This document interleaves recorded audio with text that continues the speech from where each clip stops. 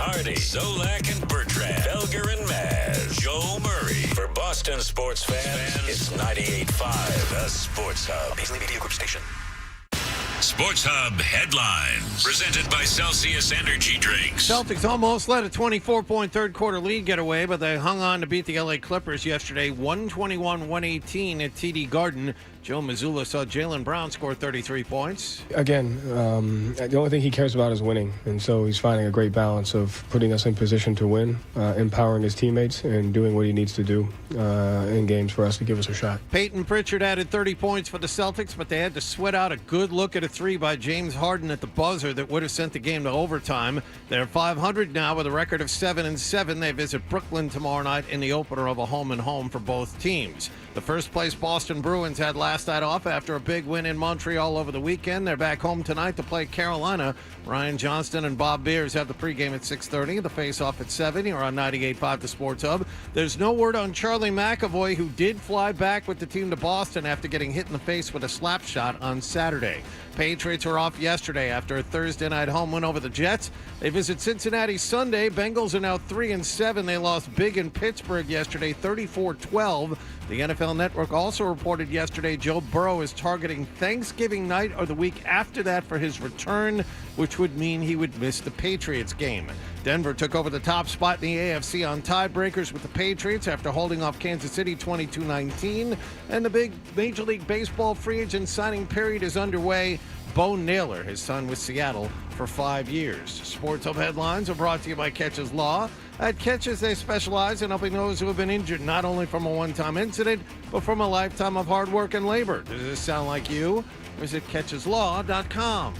I'm John Wallach on Boston's Home for Sports, 98.5 The Sports Hub. Your next update at 6:30. Are you actually coaching the game, or it's just that is? I feel so strongly about that. I can't even tell you. Boston talk sports here.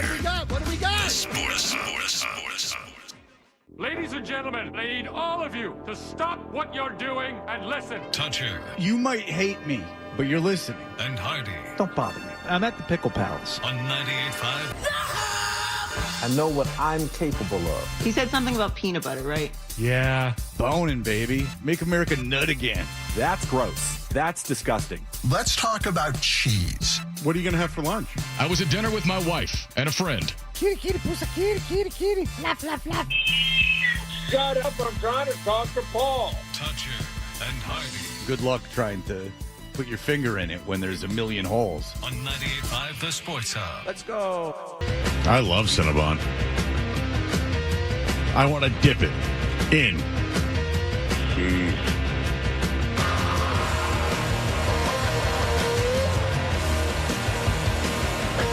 Hey, good morning, everybody. Good morning.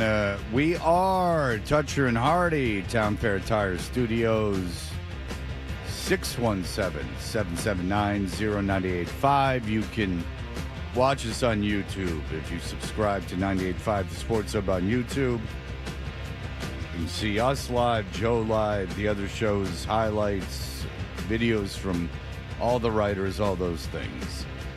Hope everyone had a wonderful weekend. I was at the Celtics game yesterday. What was the reason for going, Fred? You just said, you know what, I'm gonna take in a little. Would you see a hot lady? No. There was nothing I wanted to see on in football. Oh, The Patriots weren't playing. The Jets weren't playing. you could have gone to see the Canton High School production of The Outsiders on the Sunday matinee. Adam 12 went on Friday night. Yes, I did. Whoa! Is that, do you have a relative, a son, perhaps, in that play? Yes, someone I'm related to. Okay. I couldn't think off the top of my head. So I figured son. You got kids? I got kids. Gobble, gobble. Gobble, gobble. Hey, well, hey, 'tis the season for play. Why did 12 go? Because he's a lover of theater, and I had purchased the tickets already. And I said, you can have a couple of the tickets that we already purchased. It's kind. Yeah. Thank you. Yeah, Adam goes to everyone's show. Well, Adam was at another I went to friend of another his one show. on Sunday as well. Well, what was nice is that 12 and his kid, who had been in a production of The Outsiders, also attended. So it was nice. But I went Friday night, where 12 went, Saturday night, and then again to the Sunday matinee. And as much as I enjoyed it, and there really was a good production. Truly. And proud of my son. After 2, I felt like I had gotten it. Yeah. I'd seen the show, and especially the quick turnaround from Saturday night to the Sunday matinee. Weren't we just here? Yeah, it did have that. I can start to recite the lines. I know exactly what's coming up next. I know the lines that are going to be said. I know the marks. I know the set changes. You're very aware you're at a play at that point. Oh yeah. Yeah. You can't. You're in the reality of the situation. Now, what role did your son play? He played a role of Randy, the Soch, who is, I believe, referred to as Ape Face by 2-Bit. No jazz before the Rumble, Ape Face. You know the rules. I know. I want to talk to the kid. A stretch for your son, because your son strikes me more as a greaser. Yes, absolutely. Than a Soch. Did he play the role that Leif Garrett played? No, that's Bob. He plays Leif Garrett's best friend, Randy, the one who chickens out and does not show up to the Rumble. He's the one who tells Ponyboy, it's like, tonight at this Rumble, people die sometimes. Yeah, it doesn't matter. It doesn't matter. The greasers will still be greasers, and Soches will still be Soches, the ones at the top with all the breaks. Oh, so the guy's handsome in the movie, I'll tell you that. Well, all the Soches are well, Leif Garrett's very immersed in his drug problem at the time, so he doesn't look so hot in that. So, is that right? Well, I mean, he's not as hot as the Randy fella. Well, I appreciate that. Well, I didn't say your son was good looking. Yes, you did. By transitive properties, you did. That's exactly. I'm not talking about children. I'm talking about the man. It's not that your son's good looking or not good looking. I'm sure he's a strapping young man. There it is. I'm not commenting on youth's looks. I'm saying that the guy in the movie. So I guess by the transitive property, I'm saying that your son must have been picked because of his matinee idol looks. Yeah. Because the guy in the movie is good looking. Well, what amazes me is the number of people who don't have some like cultural or even working knowledge, like LeBron and The Godfather, of The Outsiders. Like, how have you escaped The Outsiders as anyone over the age of 40, like in this country? Well, I'll never forget The Outsiders because I transferred to Country Day at 6th grade in new school, and I was doing a report, and I called the Soches the Sox in my oral report. Yeah. And I was mortified. No one made fun of me or anything, but the teacher was like, it's the Soches, and I was mortified that I had made a mistake. So that book sticks with me. Anybody who reads the book, though, thinks it's Sox, even though I guess at the beginning, because it's the play is true to the book, and they do a lot more of the monologue. Ponyboy has a lot more of the monologue, and he even says at some point, as he's speaking as though he's writing, he's like, Soches. I don't know how to spell it, but it's short for the social elite. You know, the well-to-do kids from the other side of town. Somehow 12 that escaped me, that little phrase from the book. But I'm not saying who, my mother-in-law, didn't know, like, anything about the movie. She's like, oh, who's in it? I'm like, everybody's in it. It's Ralph Macchio and C. Thomas Howell and Matt Dillon and Tom Cruise and Rob Lowe and Patrick Swayze. Those are people that aren't that much younger, I would imagine, than your mother-in-law. Right. How did you? How that movie came out? Yeah, that's a Coppola movie. I know. I said Diane Lane is in it, for crying out loud. Have you not seen The Outsiders? And I'm screaming at her, and my wife's like, "Would you please?" I'm like, "No, Diane Lane's got to be believe this." In her mid-60s. I take it that your mother-in-law. I don't know how old, but I'm taking it she's at least in her 70s. Yeah. So, yeah, that is pretty inexcusable. I could see how she didn't read the book because she's probably S.E. Hinton's age, so it's a tweener book, so I'm sure she didn't read the book, but yeah, how could you not be aware, especially since your wife probably had to read the book. Yeah. My daughter had to read the book. My son had to read the book. My daughter was into it. I watched the movie with my daughter. I saw the movie obviously when I was a kid. I had to read the book when I was a kid. It's pretty much standard curriculum, I guess, anywhere where there's a literacy rate. I suppose like in Arkansas it's banned. I think kind of the words. And not that they're just in general words that had to be, you have to be able to put the letters together into coherent thoughts. But yeah, that is pretty inexcusable. That, like you, Hardy, I am annoyed by that. Like I'm annoyed when like Kendra comes in and feigns ignorance towards something because it came out before she was alive, and not because I'm 50 and she's younger than me. This is just an example of her being one, because she's plenty smart enough. It's just that, like, again, I'll use the Godfather example. I didn't see the Godfather until I was probably in my 40s. But if you reference something like hide the gun, keep the cannoli, if I'm that's gonna not, make him an offer you can't refuse, or the horse head thing. Like I'm not like like I exist in the world. Like even being a fan of comedy, like sketch comedy, anything. It's referenced all the time. Like there's not a bone of curiosity in you. It goes like, what is this reference?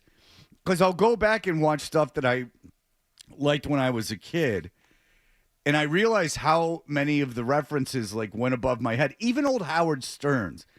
I used to get those tapes, and they would do stuff from like Lost in Space or like Leslie West from Mountain. Like, and it was funny. And it was funny despite the fact that I didn't get the reference, but I don't know. It occurred to me to check what the reference was. Like, who is this Leslie West? Yeah, fella? like, and now did I like devour the Mountain catalog? No. But he's a fat guitar player from a band called Mountain. You listen to Mississippi Queen and get on with your. I don't even know if I did that, but I like at least like when Leslie West was in a group called Mountain, and this is before the internet. That's amazing to me. Like. The Great Gatsby, I don't know. It came out a long time ago. Well, yeah, but you've never heard like the term Gatsby, Gatsby-esque. He's a modern day Gatsby. You've certainly read it or heard it. It never occurred to you to go, I wonder what they're talking about. Right. And then do especially with the internet, just a rudimentary check of culture. That does bug me. Like that came out, that music came out before I was alive. Yeah, well, the Beatles came out before I was alive. Now, I didn't own any of their albums, but, I mean, I Am the Walrus. I didn't know what it meant, but I knew it was a Lennon thing. I knew Ringo was I could infer from everything or deduce that Ringo was the least talented of the Beatles, despite my knowledge of the Beatles because of the way he was referred to. You know what I saw a clip of over the weekend? John and Yoko. It's this documentary. It came out recently, and I made it through 5 minutes of it. He was insufferable, that guy. Really? Oh, have you ever seen the documentary about Harry Nilsson? No. Oh, okay. So Harry Nilsson's, I cannot stand his music. The documentary is fantastic. And he had a relationship with John Lennon when John Lennon was broken up from Yoko and was in the Hollywood Vampires with Alice Cooper, Mickey Dolenz, and Harry Nilsson. And he was, that's when he disrupted that Smothers Brothers show because he was all drunk. And that's when he had Harry Nilsson. He produced one of his albums and had him go in and yell until there were pieces of his vocal cord on the microphone because he was so drunk. He just had him like screaming and yelling and ruined the guy's voice. Yeah, Lennon went, well, he was a white beater before that, but Lennon went through a very, very insufferable phase. Yeah, there was this big push. They were trying to get everybody to use the bathroom like they do in other parts of the world. Like this was, of the 5 minutes that I watched, at least 2 minutes of it was this campaign that Lennon was on board with to get you to use your hand and wash your hand as opposed to using toilet paper, and how gross that was. And, like the speeches that were being made, I'm like, What the hell is going on? What are we talking about? What are you doing? Shut up. Wait, Oh. so to wipe your ass with your hand instead of using toilet paper because of trees? Well, because all it does is, and we've talked about this, the use of bidets and how it does make more sense and all that, but that was among his big campaigns that it was. Now, am I mischaracterizing it? Maybe, but this is the part of the documentary that I saw, and it bothered me to the point where I couldn't watch anymore. Because I've been to Europe. India. Listen. India. I thought you said Europe. No. Oh, is that why you're not supposed to? You're not allowed to use your left hand because you're supposed to wipe with your left hand. Correct. Now it's all coming together. Correct. Because in that part of the world, like if you are left-handed, you are not to like touch people with your left hand. Right. And I guess that's because that's the hand you use to wipe. Right. That seems inefficient. The bidet being the gold standard of cleanliness, toilet paper, the hand doesn't seem like it would be able to do nearly as much as toilet paper. Hey, watch this documentary. It might change your mind if you Plus, can get through it. Are you getting constant manicures? I would hope so. Oh no, that's a flawed, and nothing against the Indian culture, which I have to imagine, or the Vedic culture, which is ancient and very respectable. But I can't imagine that they've stuck with that in a lot of the countries. Stuck with that. Yeah, I don't know if that's still a thing, but you found yourself with nothing to do on a late Sunday morning. We're not interested in any of the 1:00 games, so you said, "I'm going to go take in a ball game." Yeah, I went by myself. No, I was supposed to go to the BC game on Saturday, but I had planned Saturday night, and I was just like, I don't want to go to this game. And so the guys I was supposed to go with, I was like, does anyone want to go to the Celtics game? Because I knew someone else that was going. And I asked my son. And my son informed me he doesn't like going to sporting events that aren't football, even though he has to go to spring training every year. So we cleared that up, and he likes baseball and football games. He does not like going to hockey or basketball games. So he's out. And then I asked one of the guys. I asked both the guys, and one of the guys wanted to go. Got in for $120. Yeah, where are your seats? Section 8. But they were in Section 8. So they were good seats, but not, and it was enjoyable. Fast, went quickly. Good ending. You stay to the end? I did because I bet a lot. No, I bet on the Clippers, and it was a 5.5 point spread. So that backdoor cover. Nice. A little bit of a backdoor cover, sort of. They were down at 20 early in the game, but they were down 10 with 80 seconds left. 80 seconds? Yes, 1:20 to go. They were down 10. Okay, because they had gotten it within 5 like a couple times in that. Yeah, all right. So sort of a backdoor cover. Okay, yeah, I guess I wasn't like. Well, you won your bet, so yeah, it wasn't. If they were down 10, then they must have gotten it to 8 or 7 fairly quickly after that. Yes. So yes, and I did not stay till the very end. I saw that they had won. I stayed until like 40 seconds left. Mm-hmm.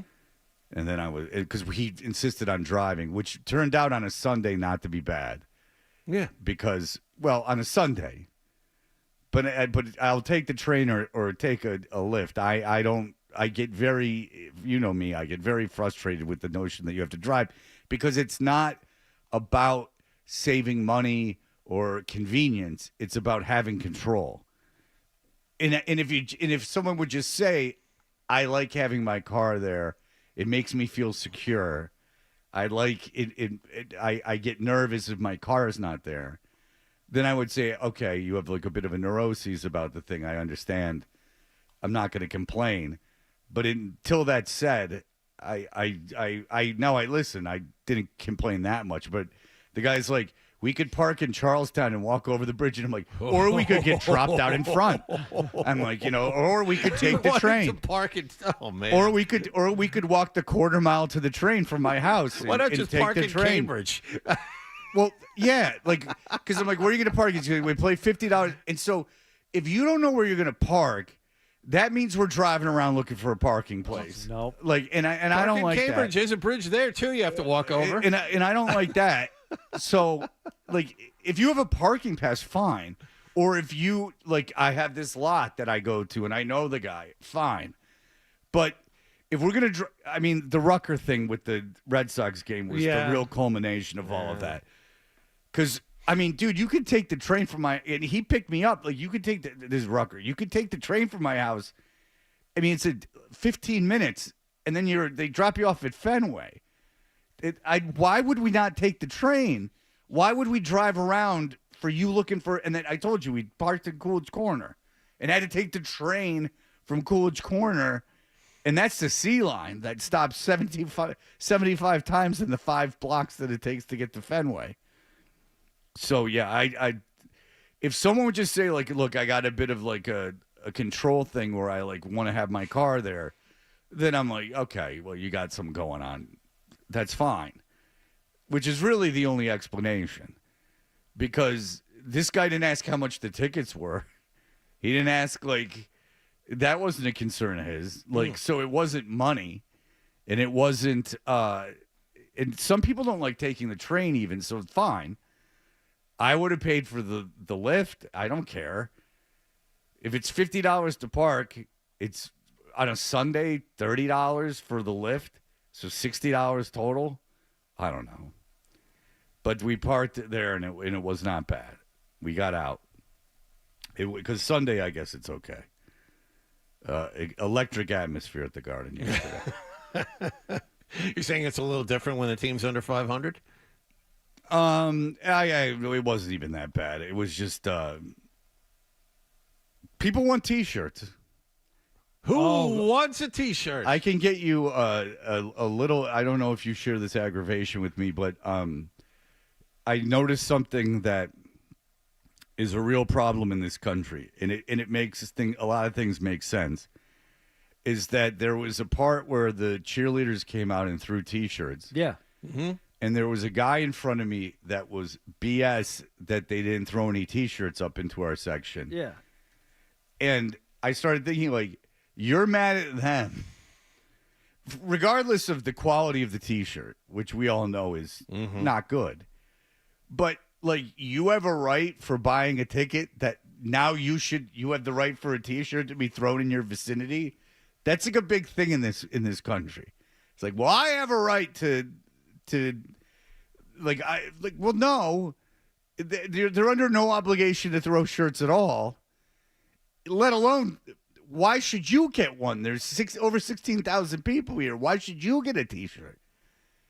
They throw 50. A lot of people not getting T-shirts. Why should you get one? I like it when they attach them to the little parachutes. Oh, and they God. come down from the rafters. Well, we've had a lot of success with that when my children were younger.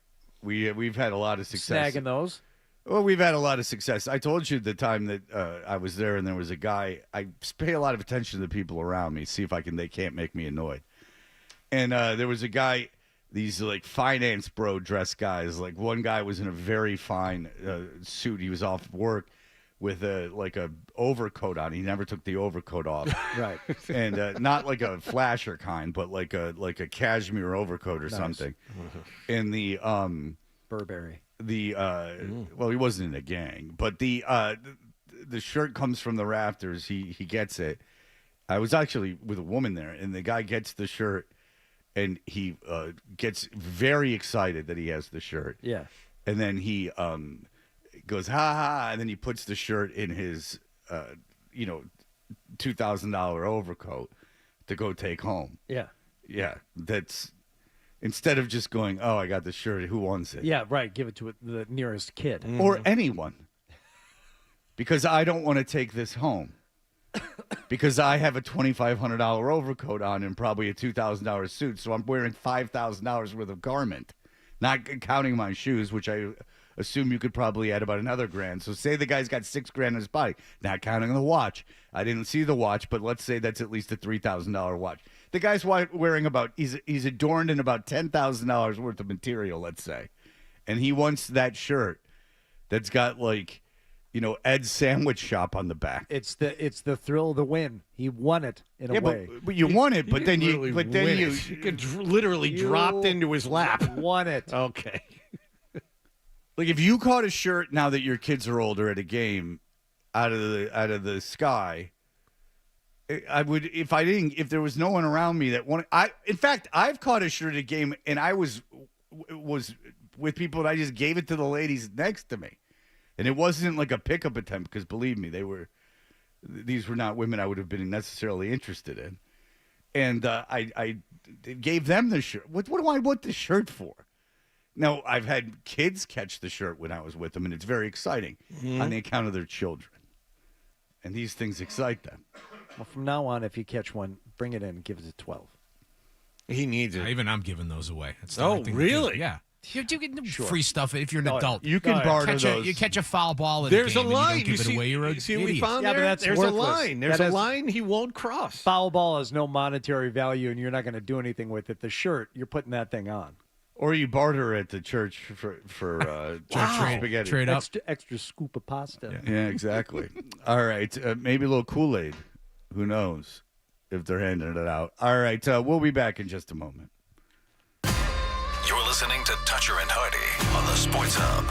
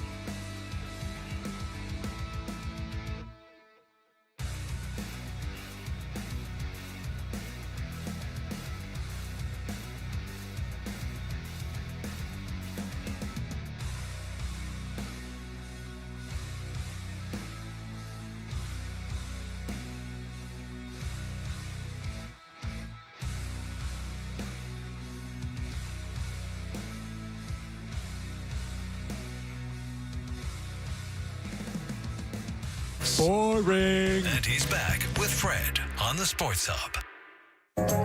Did you catch the game last night?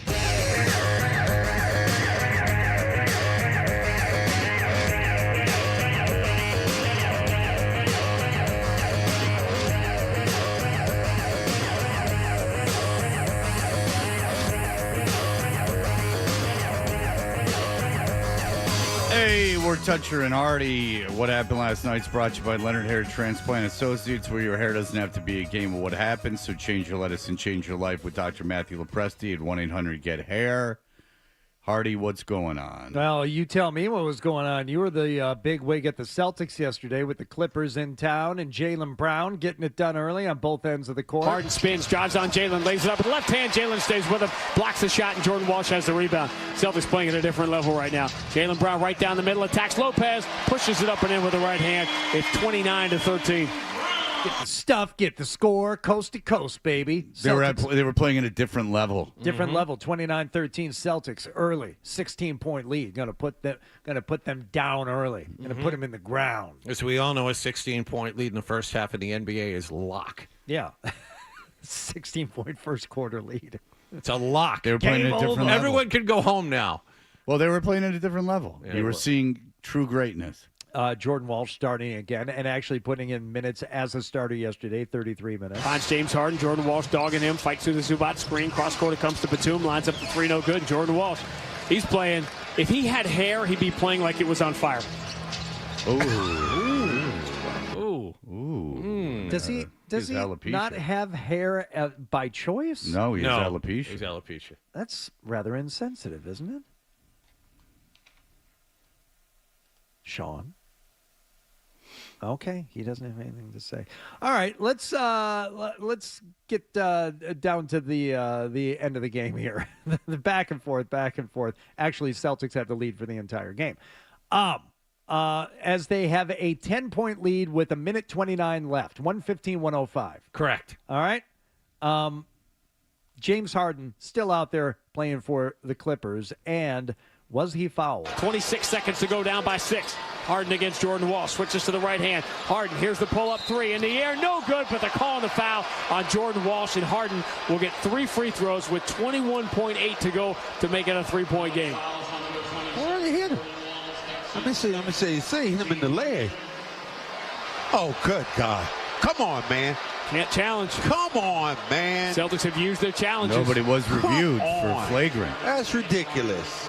And no, he was not touched, but it was reviewed as a flagrant foul, which got everyone excited that they were reviewing it because they had already used their challenge. Oh, you can't review it. You can't challenge that anyway. No, the only thing they're checking to see is if Walsh prohibited him from coming down. I understand what the flagrant thing is, but they had used their. I just know they had used a challenge on a out of bounds that was rather meaningless. Earlier in the half. So, Johnny Hoops, when they are reviewing that for the flagrant aspect of it, can they look at it and say, oh, there's no foul at all and just take it off the board? No, I do not believe. Yes, they can. No, take the foul off the board. Yes, they can, because in that, like I told you, unless I'm wrong, because here's what I'm basing it on, John, and then I could be wrong. I'm not in your face, so calm down. Is that in that Pistons Philadelphia game that I watched, or Pistons Washington game that I watched, there was a flagrant foul called on. There was a foul called on oh my Jesus Christ, my memory. Cunningham was going to the basket and he was fouled hard. They reviewed it for a flagrant foul. They ruled that there was no flagrant foul. Then Washington called the challenge to review if it was a foul. So if they did that, then I'm imagining that you can challenge if there's a foul. Now, Boston was out of challenges. That's where I think the difference is. Look, I'm not 100% sure. If you are out of challenges, can they overturn it without being challenged? No. I thought you said, could you challenge it? You can challenge it, but the Celtics were out of challenges. Well, that's what. Okay, so my point remains is that if they wouldn't have challenged that dumb inbound call, yes, or out of bounds call, that they could have challenged that 3-pointer, which was far more important. They kind of blew a challenge, and it was their last one. Now they won it, but they could have saved it for that 3-point Yes. play. All right, so The other part of happy. this is it's the James Harden rule. I mean, look, he didn't touch him, but it's James Harden. If you're anywhere close to him, they're going to call a foul. That's the problem. Jordan Walsh right there. Thought he's playing really good defense last couple of weeks. And it was if he was on Harden a lot, he wasn't playing great defense yesterday. Harden scores. Doesn't matter who's guarding him. That's the problem. He's another one of these guys I don't understand quite how he scores.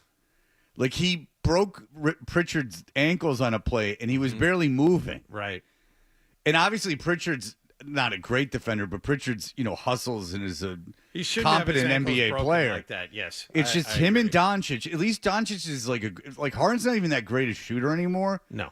And he's 36. Yeah, I and mean, he's it's just slow. Yeah. And it's just amazing how he can break people down like that. It is something. He is one of the best offensive players in the history of the league.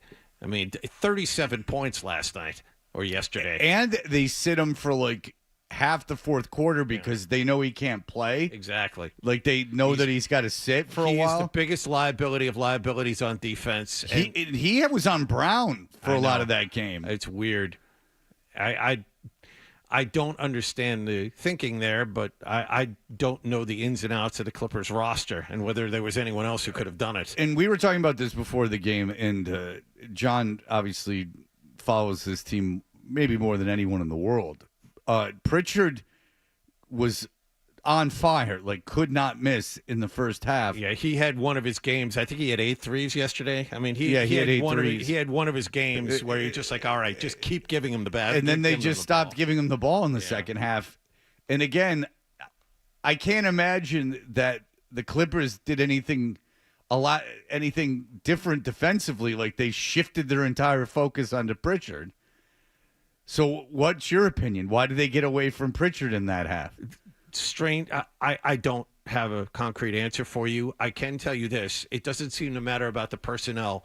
The team was much better in the last 5 years. They still blew big leads, just like they did yesterday. They still go away from guys where a guy will have a hot half and like, well, what happened to him? And this happened while, Tatum was healthy and they had Porzingis and Holiday. I mean, I don't understand this. I don't get it at all. Pritchard has been struggling the last couple of weeks. He could not have been any hotter than he was in the first half yesterday. And for some reason, he disappeared from the offense. I don't understand it. And it wasn't like he was missing shots. No. He had one of those days in the first half.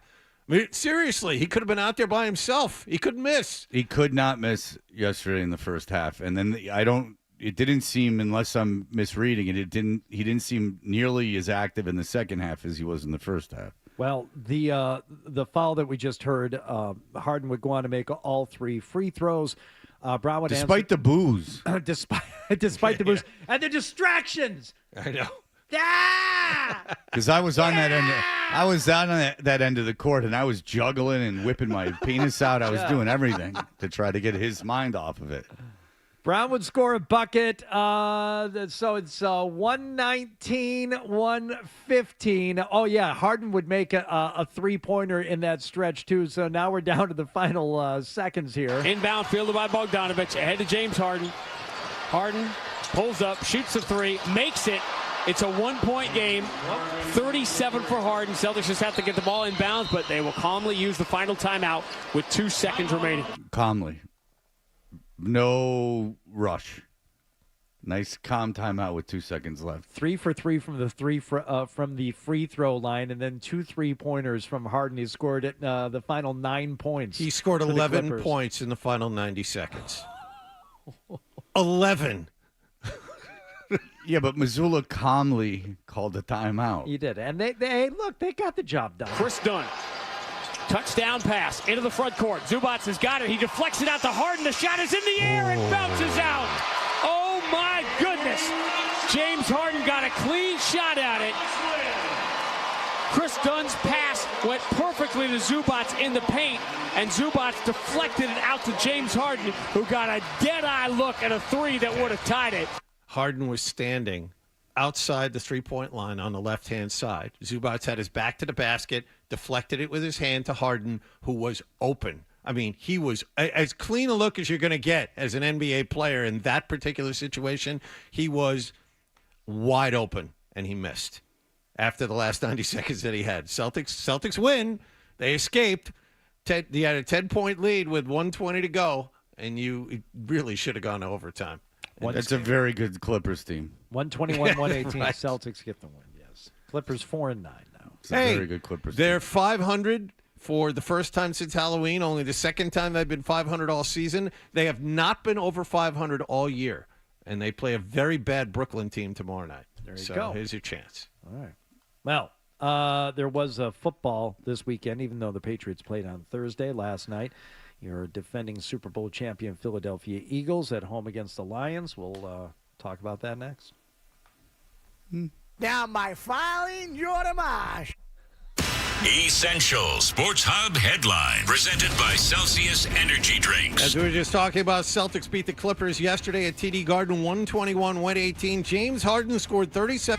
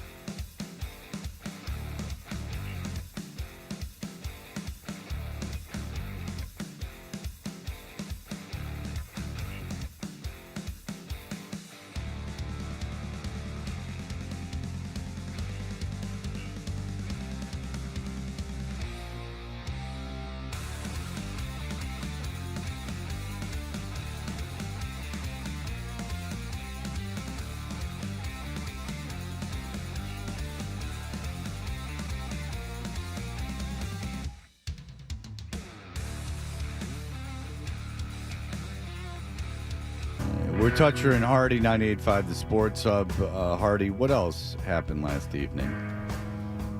The Lions were in Philadelphia to play the Eagles. Not an offensive showcase for either team last night. Eventually, the Lions would find the end zone. Here's the snap. Goff back on a play fake. Looking. Fires down the field. Caught by Williams. Angles left 20. Down to the 15. Inside the 10. Sprinting to the end zone. Touchdown Lions. Jamison Williams makes the catch. Runs away from the defense. All the way to the end zone. A 40-yard touchdown strike. And the Lions have tied the game. And then he got flagged. Yeah, what did he do? Because they wouldn't show it. Well, so the Eagles were up 6-0 at that point, tied the game. All you got to do is kick the extra point, and you take the lead. Williams, after he went into the end zone, he jumped up on the field goal post around the big padding there and kind of hugged it like a baby koala. He just kind of jumped up and hugged the thing, and that is very unsportsmanlike, Fred. You can't do that. Oh, I thought he was like humping it. No. Oh. He just hugged it and then gracefully fell down onto his back. Okay, why is that taunting? Very good question. But you can get all your teammates together and knock them down like bowling pins. Seriously, this league is all in on the excessive celebration after interceptions, after touchdowns. Defense can do whatever they want. Yeah. Why do they do this against the Lions? Why is it always the Lions Well, this that get is screwed just in the these beginning. calls? Well, I know that, but Just like the beginning. Now, look, I stopped watching the second quarter. I was exhausted, and I have no obligation to watch this game. But did you see after the game what Jamison Williams was wearing at his press conference? No. His hat said sex. Ooh, I like that. Yeah. Well, I love sex. They I love having it. Ew. Talking about it. Wow. They pixelated the hat, and so that's why you probably don't know what, because you obviously were watching the press conferences. They pixelated the word "sex" on the hat. Well, protecting the children at all costs. All right, so it's 6-6. Because they moved the extra point back 15 yards Yeah, to make it a 50-yarder in high winds, and he missed. 48-yard PAT. Yeah, I don't think anyone had a problem with him missing that kick. Yeah. Well, very windy day. The Lions have problems with the play calling. Dan Campbell has taken away the play calling from offensive coordinator Johnny Morton, who took over for Ben Johnson. Ben Johnson? No, not Ben Johnson. Ben Johnson. Ben Johnson. Okay, thank you. Why did I think that was I had it wrong because of the sprinter Ben Johnson. No, what I have in my brain is now transferring to your brain. The inability to pull up names. Who cares? Johnny Morton's still up in the booth, but he knew doesn't Johnny Morton, which is a more impressive name. He doesn't get the play. He doesn't get to call the plays anymore. Campbell's down there with his readers on, and he's calling lots of plays on fourth down. They're going for it. Here's one of the 5 times they went for it on fourth down. How many times did they actually convert on fourth down? 0. 0. And this is one of those times on the goal line. And the Lions are leaving the offense out for 4th and goal. Goff will bring St. Brown in short motion, takes the snap, back to pass, rush coming, throws to the end zone, incomplete. And the Eagles turn away the Lions again. The Lions are 0 for 4 on fourth down, and they come away with nothing. There was a period of time where the two teams just kept trading fourth down incompletions to near midfield. This was a bad game. You might have missed it, Fred, but you're fine. No, I saw the first 2.5 quarters. It was and bad. I saw enough. Bad game. The 4 o'clock window was very good yesterday. Yes, it was. Yeah. I mean, something happened that maybe you'll be interested in the 4 o'clock window. What? A vindication or something. Oh, I see. Okay. I got a lot of emails yesterday saying a lot of people got some apologizing to do, but go ahead. Okay. Well, this is... We'll get to that later. This was the most Lions thing of the night. When the game is still in reach. Now, they hadn't scored a touchdown all night except for that one where Jamison Williams cost them the extra point for his excessive, lewd touchdown celebration. But they've got a chance. They're down 16-9. Lions need to convert here in order to keep the drive going and get downfield and score a touchdown here in the final minutes of the fourth quarter. Hurts hands in front of his belt, gets the snap. He's back to pass. Hurts. Excuse me. This is it's third and long for Philadelphia. Third and long for Philadelphia. My Third brain and 8. is not working. I was up way too late watching this game. Philadelphia is clinging to a 16-9 lead here. They're about to turn the ball over again because both teams have been turning the ball over on downs. They're punting all night. It's back and forth. It's back and forth. Third and long. So the Lions get a stop here, and they've got a chance to go down and score a touchdown. I apologize and thank you. Here we go. Hurts hands in front of his belt, gets the snap. He's back to pass. Hurts looking, throws right side for A.J. Brown. Incomplete, and a flag comes in. Pass interference is coming against Yassine, and that is going to put Philadelphia in a spot to win the game. So Yassine is at the very most, they're doing a little hand fighting, just a tiny little bit. But Yassine gets pushed off the play. Yes. And if anything, it was offensive pass interference. And it's as a OPI. non-Lions fan, I can tell you it was offensive pass interference. Well, okay, John, it wasn't even OPI. It was nothing. That is a call where there is no call. If you're going to call anything, it would have been on the wide receiver and not Rock Yassine. I completely agree with you. Fine.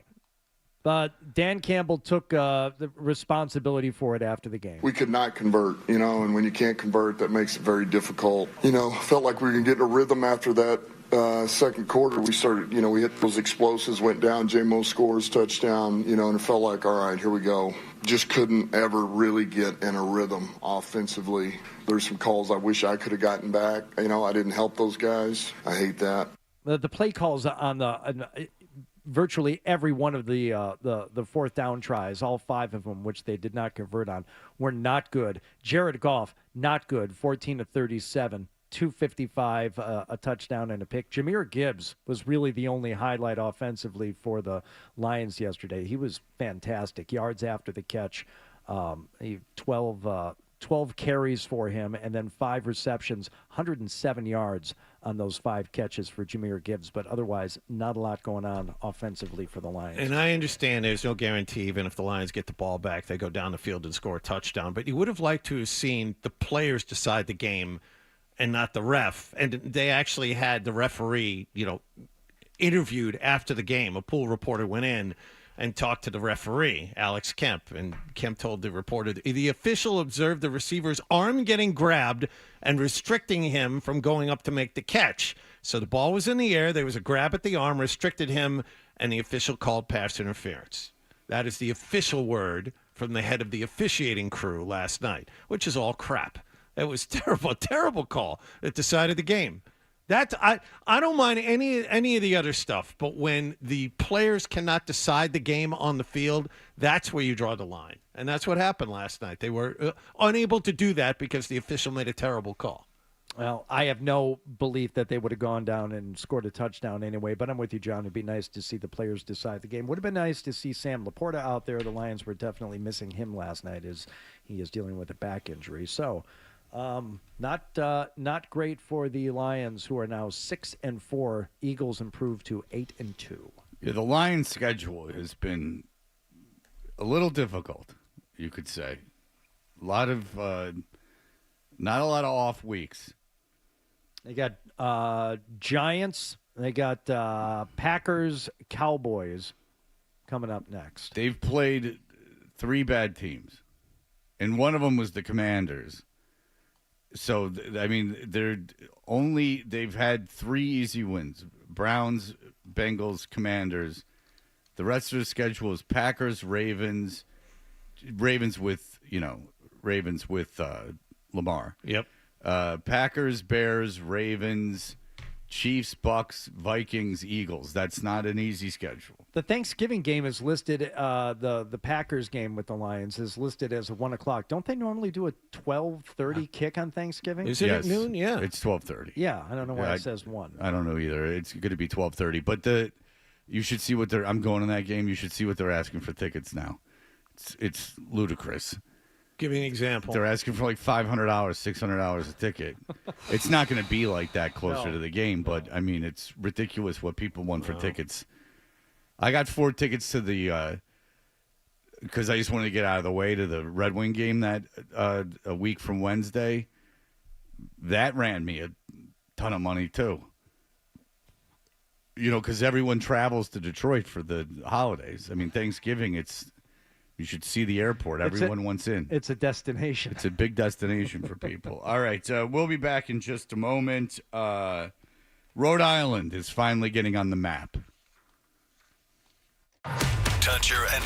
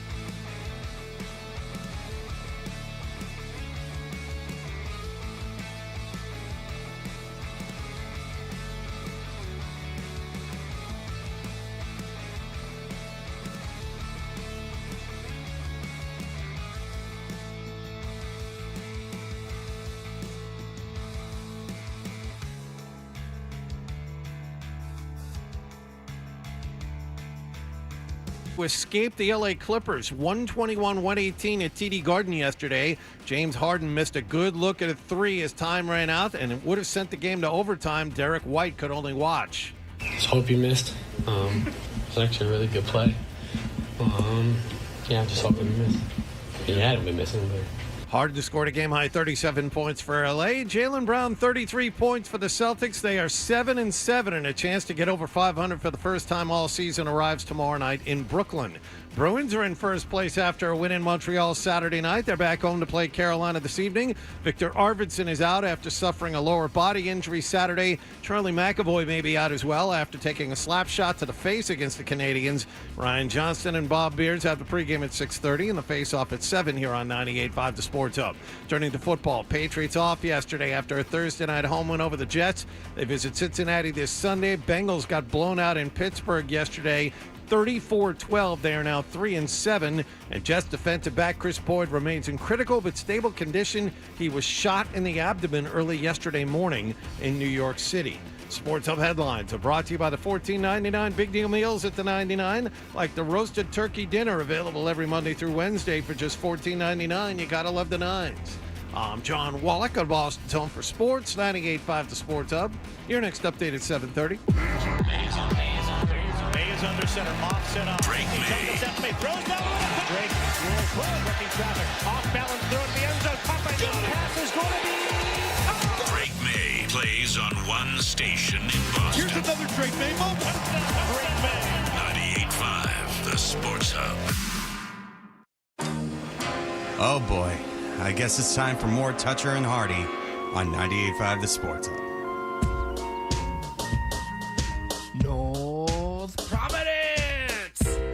North Providence, oh yeah, what a wonderful town.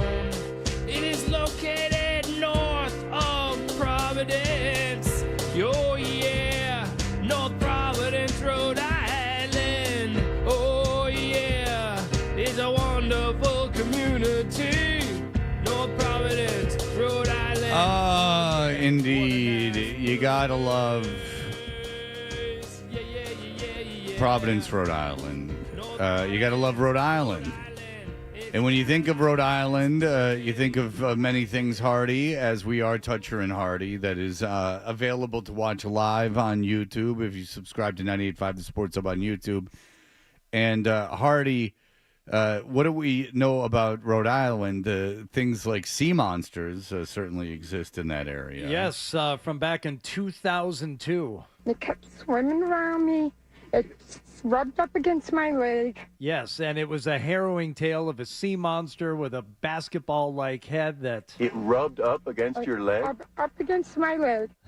That's right. There was a big sea monster that rubbed up against the lady's leg. Danny, help me. Something's chasing me. Right.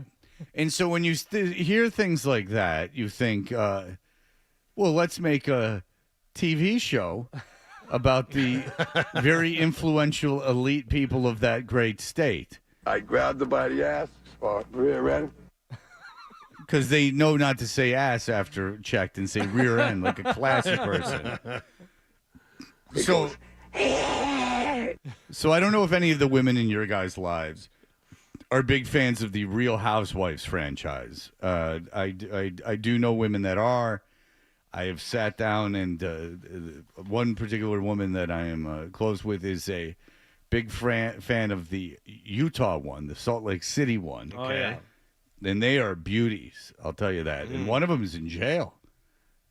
A telemarketing scheme. But nonetheless, it's generally about rich women with very dysfunctional lives.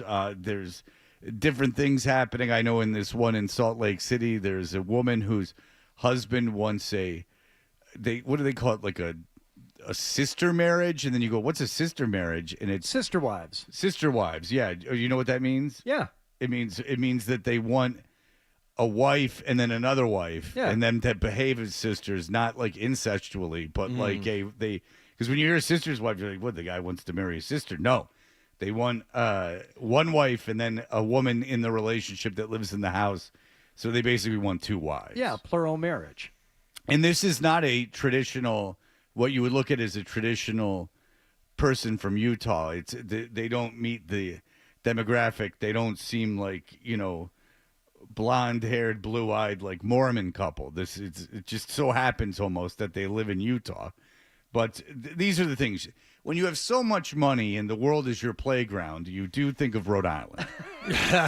Now, we came out with a great song, but we didn't come out with our friend from the band Cranston, who represents Cranston so well. But you know who he is. All right. Do you have any of him? He's got other songs. Paul Vincent. No, not him. Paul Vincent. Oh. He's our good friend who we talked about before the show. All right. Nonetheless, here is what is on tap for Rhode Island. Yes, that is a sewage dump. And that is seagulls feeding upon the waste and feces that is washed upon the edges of the dump.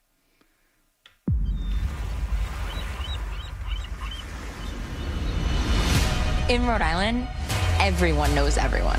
People here, they don't look down on other states, but they are weirded out that other states exist. That's right, because, you are so trapped within those boundless borders. It's so easy when you live in a place like Rhode Island just to be removed from the rest of the world. Yeah, I would immediately raise my hand and say, I don't know if you're speaking for all Rhode Islanders in that. The one that I know the best would be Jim Louth, who has been working in Massachusetts the entire time I've known him. So is it fair to say that all Rhode Islanders thinks it's strange that a state exists that gives him a livelihood? Well, if you want to go for whatever reason, and I don't know why you would, to Boston or New York City or right. You would at least have to cut through other places to get there. So I don't know why Rhode Island, why you would feel so trapped there. But listen, it is a small place. It's is it still is it the smallest state, or is Delaware? I would think Delaware would be smaller. Right? Okay. Because I just remember growing up, everyone said Rhode Island. Like the big thing was it was the smallest state, but I can't imagine it is. But what do I know? I'm no geography major. Oh, whoops, that's backwards. Exist. It's teeny. It's a blip. But to us, it's the center of the universe. And you can tell that they have great, great income and cultural relevance if Rhode Island is the center of their universe. Rhode Island is the smallest state. How about that? Yeah, that's what I remember growing up. Yeah. We're too close. Did you have to look that up, John? I did. What did you think was smaller? Delaware. Oh, that's day one stuff, trivia. You knew Delaware instantly was bigger than Rhode Island? Rhode Island is the smallest state. Okay. Yeah, I'd always heard that, but I'm wrong so often recently. I just figured that I couldn't trust my own instincts. But that's a healthy way to be, too, to insulate yourself into the smallest state of the union. I think it's weird that any other state would exist. What state? Well, the other 49, which are all bigger than you and have more stuff going on. Yeah. Oftentimes you hear people from North Dakota being like, why? Why aren't we a sovereign nation? Why don't we secede from the union? Yeah, what do we need from anyone else? Our GDP and the amount of federal tax money that we're churning out every year. We could be living on our own, sustaining off the grid. Welcome to Rhode Island, where nobody tells anybody the truth and everybody just lies to each other's faces, but talk behind their back. Well, what do they all want to be in jail? You're supposed to tell the truth to everyone? Welcome. I love it here. Smallest state with the biggest attitude. What are you going to do? Rhode Island's small, so we all know each other. Okay, we've established it's small. Yeah. You're running out of states. We get it. Real Housewives. It's Real Everyone Housewives. knows everyone. Yeah, They're making a Real Housewives of Rhode Island. This isn't a joke. This is something that's actually happening. Rhode Island's small, so we all know each other. And so what they're saying is we've run out of states. Yeah. We've done Utah. You thought, and at least that's got the whole Mormon thing happening, which could be a little interesting. But after that, we're pretty much done. There's like a reality show based in Charleston. Like, they're done. You've been to Charleston. Some of us have tattoos of Charleston. Oh, that's right. South Carolina state flag. You have to be really into it. Charleston's a lovely place, but I have to imagine that that's not even where Garden of the Nightmare of the Good and Evil or whatever, the Garden of Good and Evil was. Yeah. No, that's Savannah. That's Savannah. Very gay. We're finally here. Your friends. You can tell they're not even into it. We're finally here. Where? Applebee's. We're finally here. Your friends, families know each other. Alicia, have you seen Liz? Alicia was best friends with my sister. We know your aunt, we know your uncle, we know your third cousin. Everybody has like these deep roots. If they didn't see you in kindergarten, it's a problem. This sounds sad more than anything else. They all knew you in kindergarten. Well, okay. Well, that was the last grade you finished. How they know each other? Because Everyone knows everyone. got it. Okay, Right. got it. Which is Yeah, just- hammering this point home. right, because everyone that has those mansions in Newport, year-long resident. Yeah. In this group, they call me the flip-flopper. Because she's always wearing flip-flops. Very controversial at J.C. Penney's when she comes into work. Don't with me. You're a f***ing troll. Welcome to Rhode Island. This is how we roll. Okay, yes, Rhode Island. Again, it's been established. This is how we roll, which are in 2001 Jettas. That's how we roll. Top down, baby. I love you. Did she just hug her? Liz is the dominant figurehead here. At some point, how do I not say you're Delula? I'm scary. Boo. What? Pooh. No, boo. Boo. I'm scary. Sure? Boo. Are you sure? Boo. Say it again. All of a sudden, I'm a fan. Where? Boo. Are you sure? Pooh. Rhode Island, we fling it at each other. We're the cesspool capital of the world. North Providence, Rhode Island. Oh, yeah. Boo. Boo. This is Dolores. We're friends. But not sisters. Why do you see a similarity? Rosie's brave. She's not afraid to call people out. She's moving into an apartment, and the old guy that she cheated on with the new guy Yeah. is paying for it. You know she's not afraid to call people out because there's all that ring camera footage of her showing up to doors just yelling. Ding dong. You're not going to pay for this pizza. Get it out there. Ah, Nick. Ah. I bet you there is. Problem. If I'm trying to find out, finding an FBI agent, I'm calling Joellen. She knows everything. Every morning he goes to her house. He's at the gym every morning. Does Brian look like he goes to the gym? Rula projects confidence and beauty. She's a boss. I brought my tequila. Are you kidding? Come on, we got this. We're boosh. I'm dead. Kelsey's stunning. She's beautiful. She's smart. She's one of my best friends. I don't refer to myself as a sugar baby. My boyfriend is like actually attractive. The money is just a plus. Ashley isn't from here, so she's new to the group. Can we just have fun? She's gonna cry. She's gonna cry again. She's gonna cry again. This is not the kind of people that I'm usually around. Never have I ever had sex on a boat. I think I had sex with my ex on a boat. I mean, I think we had sex on land. It's Rhode Island. When someone says something, we all hear it. Yeah, John, you would not be welcome there. No. No, John is Very, See, 'cause very I'm deaf. discriminatory against the deaf. One ear can't hear everything. Yeah, I get yeah, it. that's the joke. I get it. Yeah, your disability. Yeah. That's the joke. What? I'll tell you. What does it sound like when you're trying to listen to a normal conversation, John? It goes. That's all you can hear. I'll tell you, some of these women are very attractive. I will tell you that. Some are not. Yes. But as they're more attractive than the ones in Utah. Now, I don't know how exciting they'll be, but they are more attractive. Brand new from BuzzBuzz. Only so many location shoots in the state, I would think. Well, you run out pretty quick. Well, I wonder how often Mo Vaughn's going to be there, as he's been. Well, that doesn't exist anymore. What was that strip club? That was the Foxy Lady. I don't think the Foxy Lady's around anymore. Is it? I never got to go. I've never been to a Rhode Island strip club. There was Foxy Lady and there was Cheaters downtown. That's all I remember. Yeah, the Foxy Lady was supposed to be really good. It was. Yeah. If it's still around, maybe I should go to the Foxy Lady. I'm just kidding, kids. She married her sister's boyfriend. She's two boyfriends, right? Suck your dick is not a f***ing career, Joe. Well, you don't have to show up just because she didn't marry her actual sister.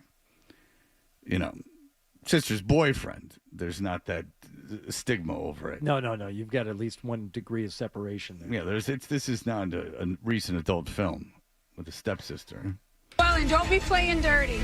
Knock it the off. You may not know Rhode Island, but here, secrets don't stay buried for very long.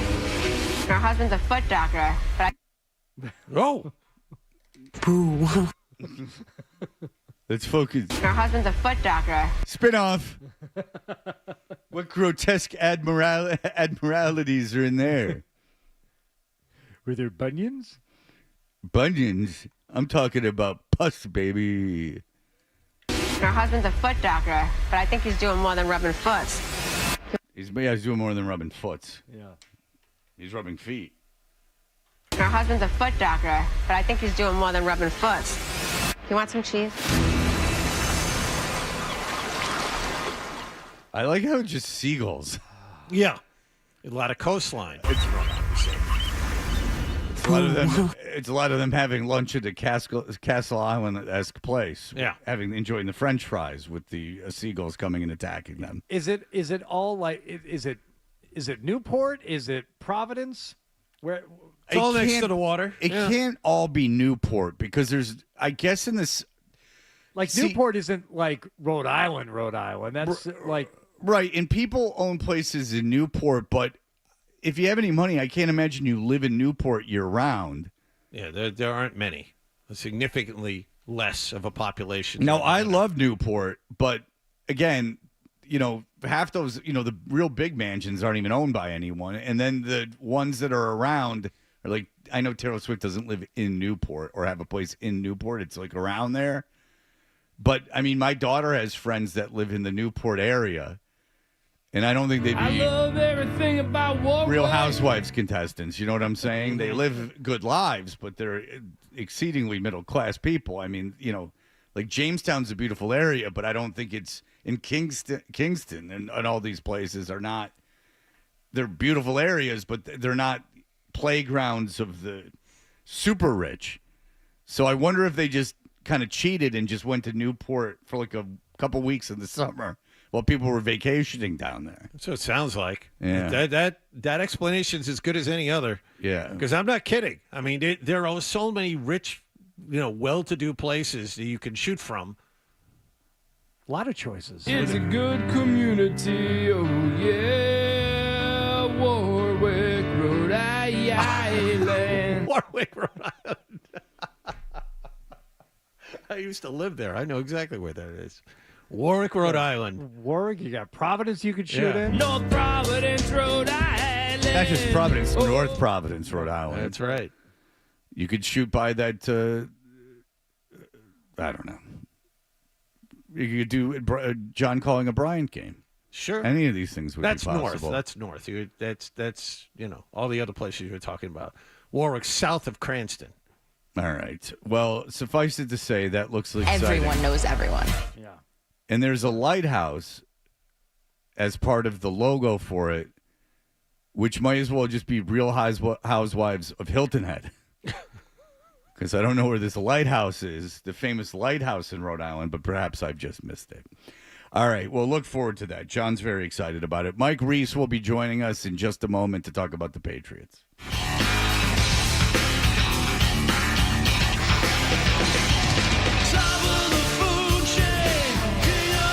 Phil Vincent from the band Cranston, Rhode Island's own.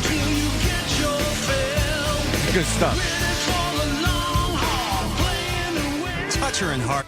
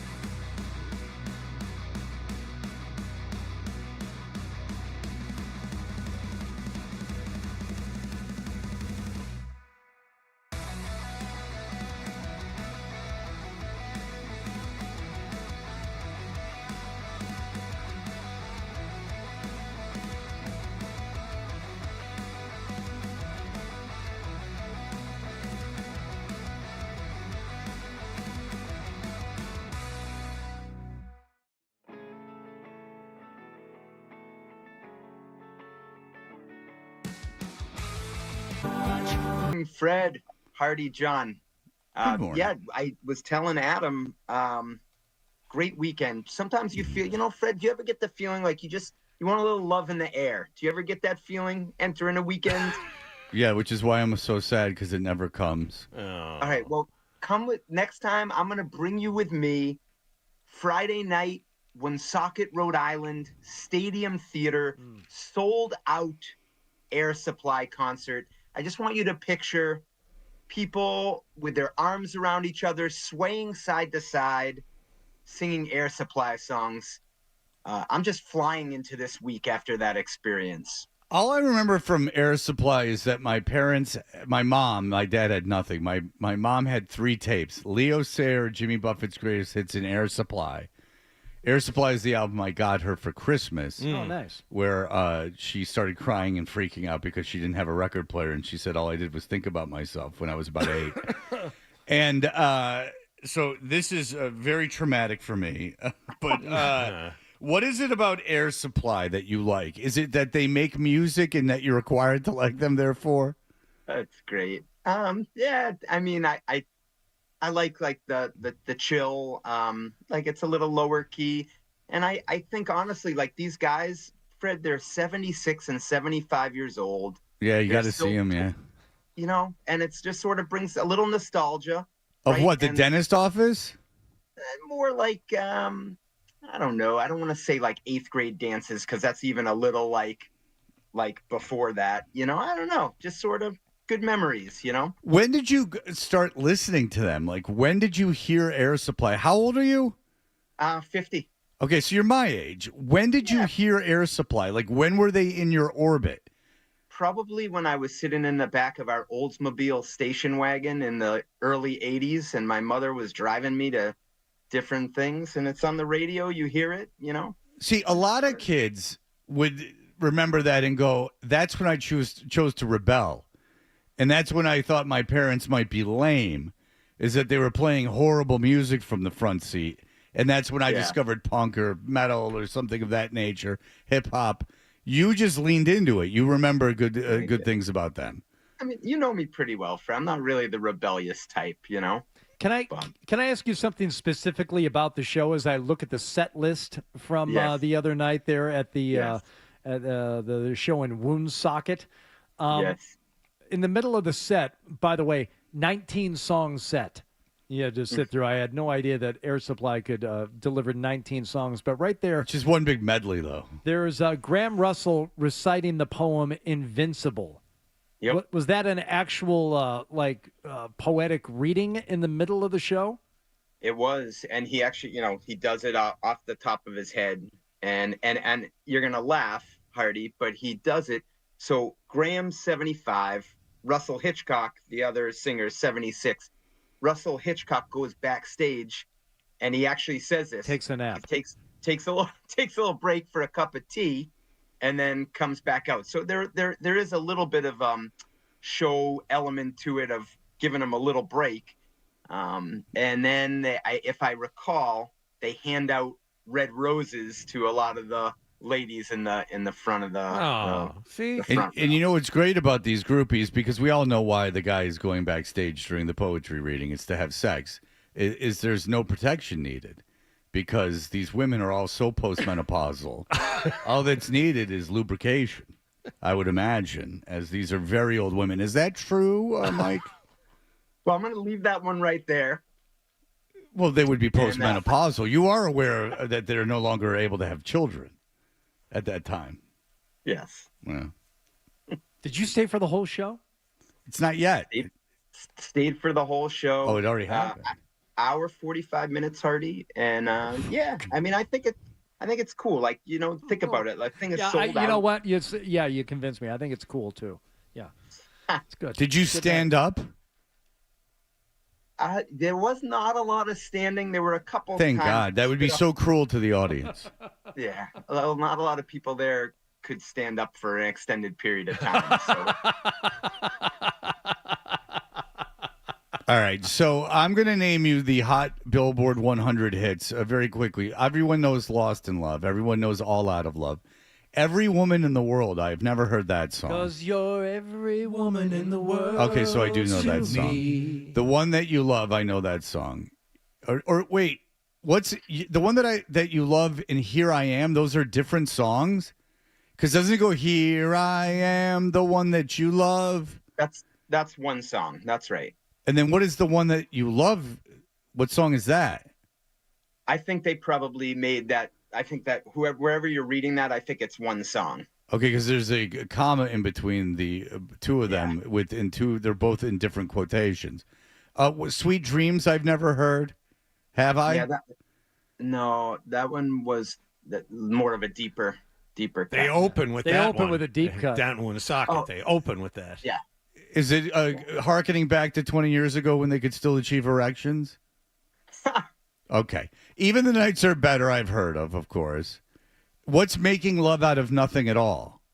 You know that one. If we played that right now, you'd pick it up right away. Making love. I might not know that. Love and Other Bruises. Hello. I'd like that. Do you know that song? No. There were a couple I didn't know. Okay. All right. Do you know that they're in the Australian Recording Industry Hall of Fame? Oh, yeah. Absolutely. How was the drum solo?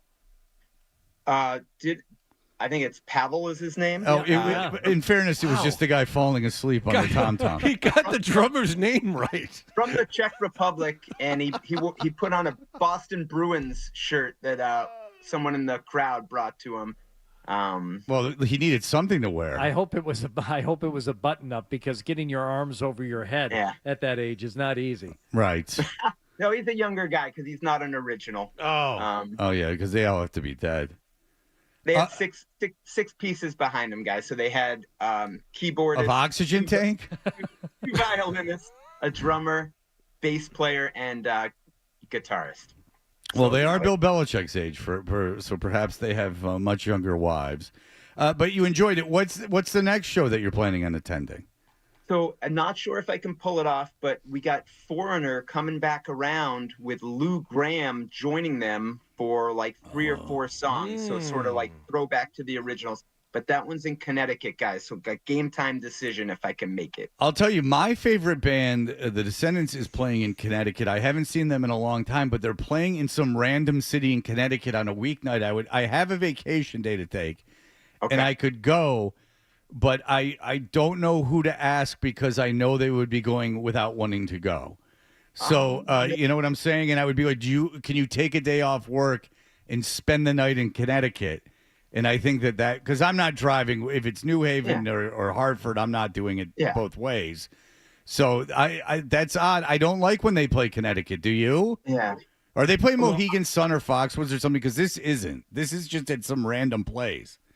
Fred, let's you and me. So we need to do a show, Fred. Like I feel like we need to have that moment. So let me look at it, see if the date works, and I might take you as my date. When?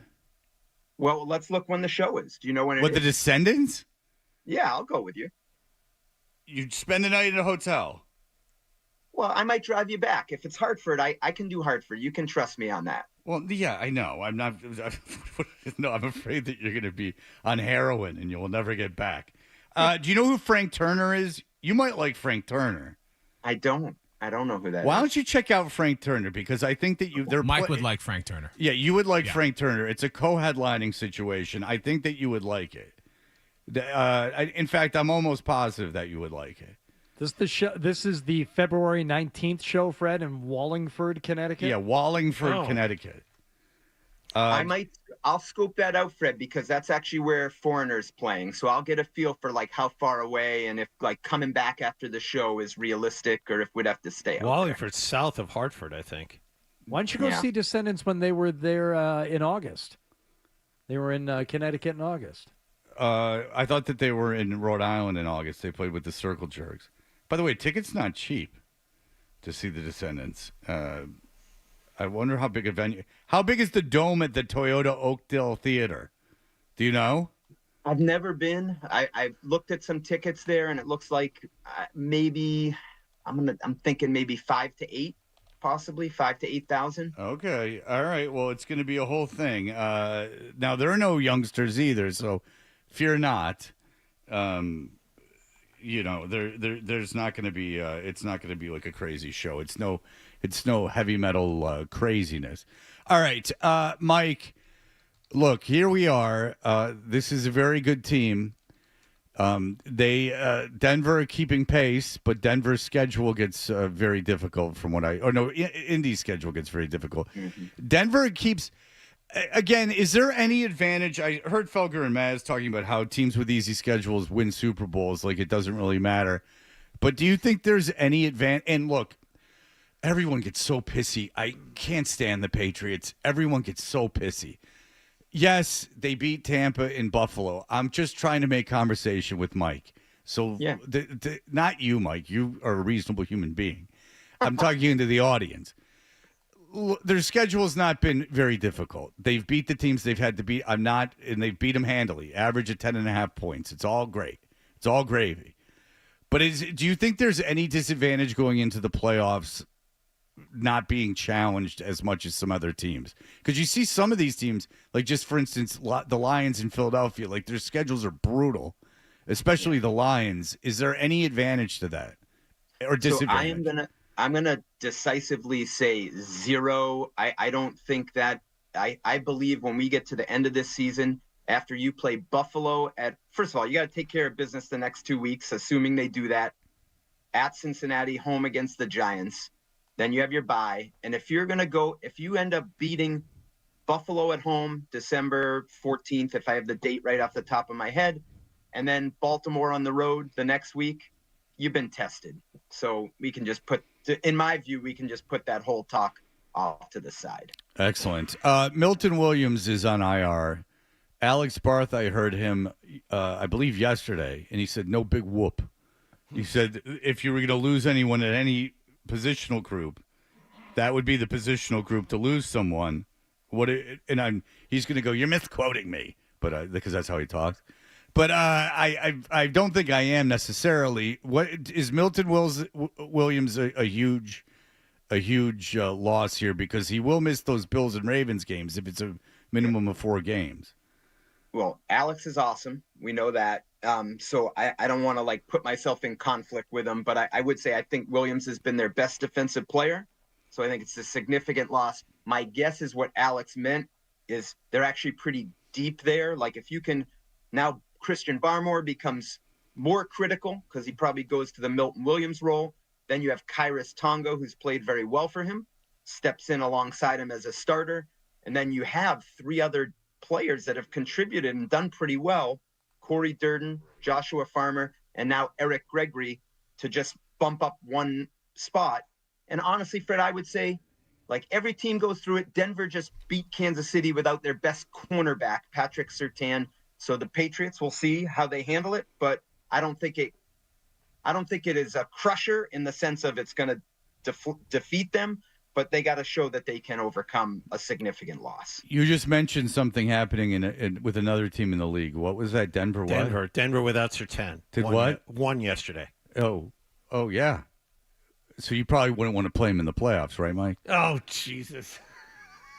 Denver, I think Denver, I'd play him. I don't know if I'd like to play him in Denver, though. That's why I think if we get close to the end of the year and they're talking about seedings, home field obviously would be great. Yeah. All right. Can you hang on, because I like that you brought Air Supply to the table. Can you do one more break with us, please, if it's possible? And I'm going to go get my headphones. I apologize. I forgot those. Oh, Jesus. I could tell something was off. You got to reset the whole thing, though. We'll re-rack the Air Supply conversation, and then we'll try and get to some football at the very end. Okay. Let's do it. Okay. All right. Thank you, Mike. We'll be back with more Mike Reese. Here are the headlines. Essential.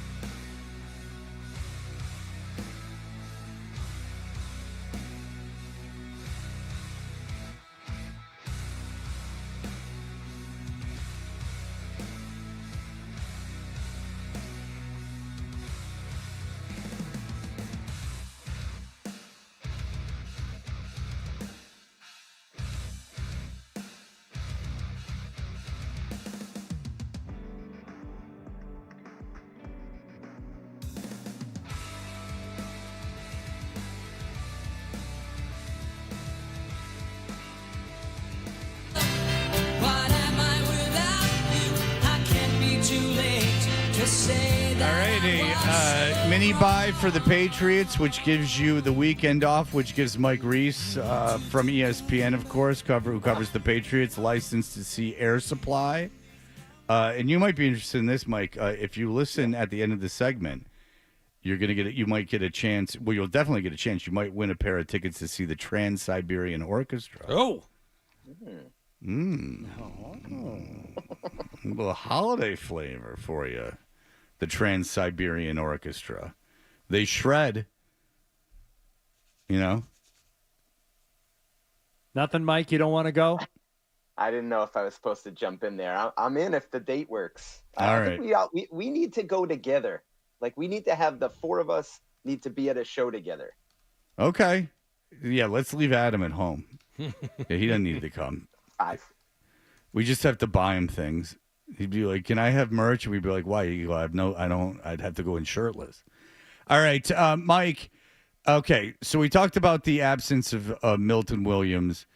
What is the injury? What are you hearing about Booty coming back right now? Good. I think Booty, Stevenson, both of them, very close. Mike Rabel this morning, I think, mentioned they're going to get out on the practice field today. And I believe, and I don't want to misquote him, I think he expected them to at least get out there to just sort of see where they're at. But what I have heard outside of that, Fred, is that and Austin Hooper coming back from the concussion, that it was trending in the right direction, that potentially, not definitely, but potentially all three of those would be available this week.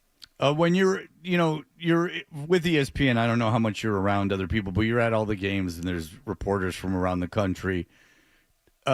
Is Drake May a lot of people's clear MVP here? Is it Stafford? What are you hearing? Oh, good question. So when we're in the press box at games, I would say that doesn't come up as much. So I'm influenced probably more by when I turn on the TV, Fred, and listen to the conversation. It feels like, well, Drake is, first of all, he's the favorite right now based on the ESPN odds. Stafford's right there. So I think it's between those two right now. I think Jonathan Taylor gets a lot of love as well, the Colts running back. It's just that generally it goes to a quarterback. So he sort of maybe is a little bit behind those two.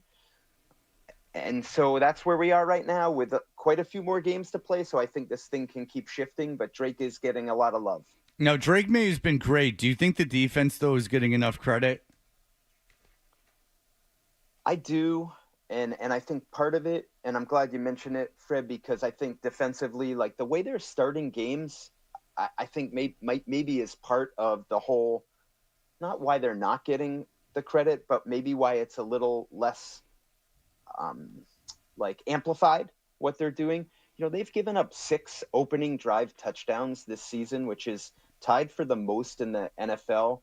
And they do a great job settling down after that.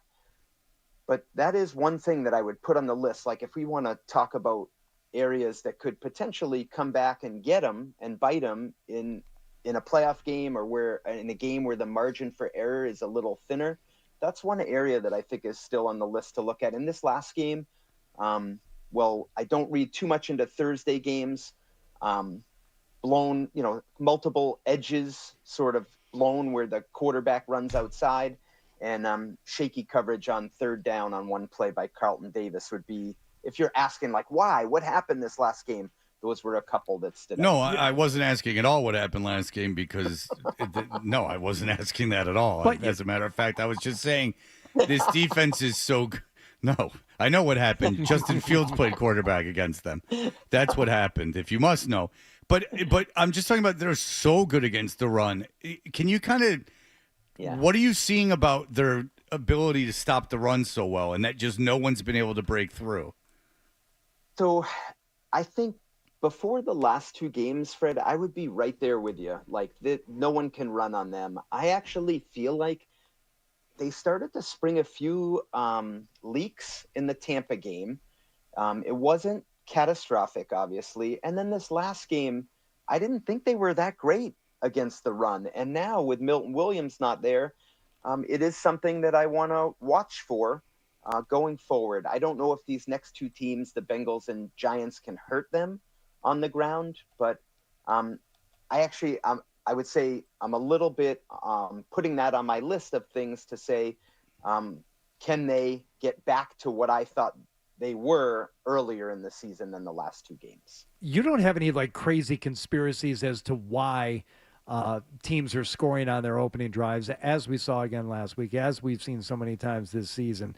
I mean, the craziest and the one that you automatically dismiss is that they're, somehow allowing teams to march down the field to get a really good look at their offense so that they can better plan for the rest of the game. But is there something like dynamically different about the way they're approaching things defensively on these opening drives that would help explain it? So I think there's a couple things, Hardy. This last game, I almost put that off to the side because I look at like those Thursday games. I actually didn't think they got off blocks as well as they usually do on the opening drive. And I'm like, to me, that might be, it's Thursday. Those are tough turnarounds. But each game, if we went through each opening drive, I actually think it's a little something different. And it's like one play, a third down play. In one game, Marte Mapu, the linebacker, allows himself to get picked off on a play that if he doesn't, they make it and they're off the field. This last game, Carlton Davis, who I think is a pretty good corner. It's third down, maybe 3rd and 5, 3rd and 6. It's a simple in-cut, or not an in-cut, a simple slant. And his technique just wasn't where it needed to be. So I think I look at it like it's more just tightening up those details on some of those plays, and they get off the field and we're having a different conversation. Well, all right. I would like to think it's something that's easily fixable, and it's just I feel like it's a matter of time before one of these opening drive scores from the opposing team is going to come back to bite you in the ass. You're not going to be able to find either the means to stop them after that, or if your offense stalls, that's what's going to be your undoing.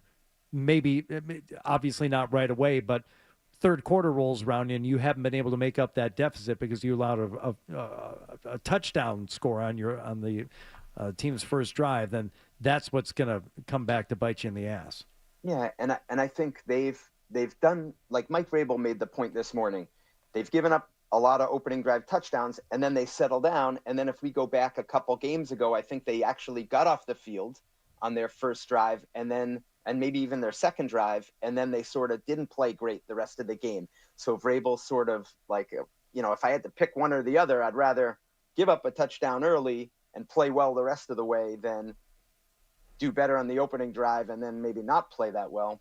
So that's one thing. I think also they've only forced one turnover over the last 3 games. That's something they got to start turning the ball over more.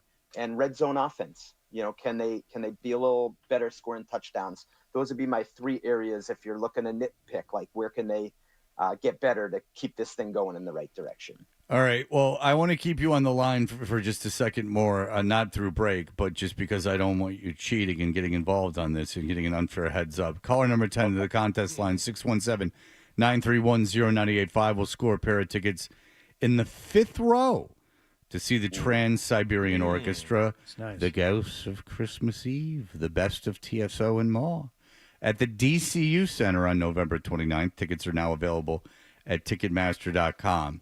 So now that call is out there, you can't get the tickets in this way, Mike. You'll have to ask Rick for them. And that will require a long conversation. Good luck. Yeah. I know I don't want to run you into break. I just have to mention, I messed one thing up last week with John when we were talking about the end of the Tampa game with Travion Henderson, and I just wanted to clean it up really fast. I mentioned, we were talking about, did they manage it right with the timeouts that Tampa had left? And I talked to a couple game management people around the league, and they said if Travion went down inside the 10-yard line, that they probably could have run the clock down almost to 0. It wasn't like 100% clean. But what I messed up on is if Travion went down, Tampa would have had to take a timeout right there. And then they would have only had 1 timeout left. Right. At first down. So it wasn't like 100% clean. Like the Patriots maybe would have had to, on 4th down, have Drake roll out and throw it into the stands and hope that you're 1, 2, 3 seconds there. But I just wanted to clean that up because I felt I wasn't on my game on that. Yeah, we were getting a ton of pushback on that. I'm glad that you cleared that up. Thank you, Mike. All right. You guys are the best. All right. Mike Reese, you're the best. Thank you so much. Listen to him, read him, everything on ESPN. We appreciate it, sir. All right. Always great being with you. See you, Mike. Nice to talk to you as always. We'll go around the NFL. Interesting things across the league yesterday. We will have that for you in just a moment.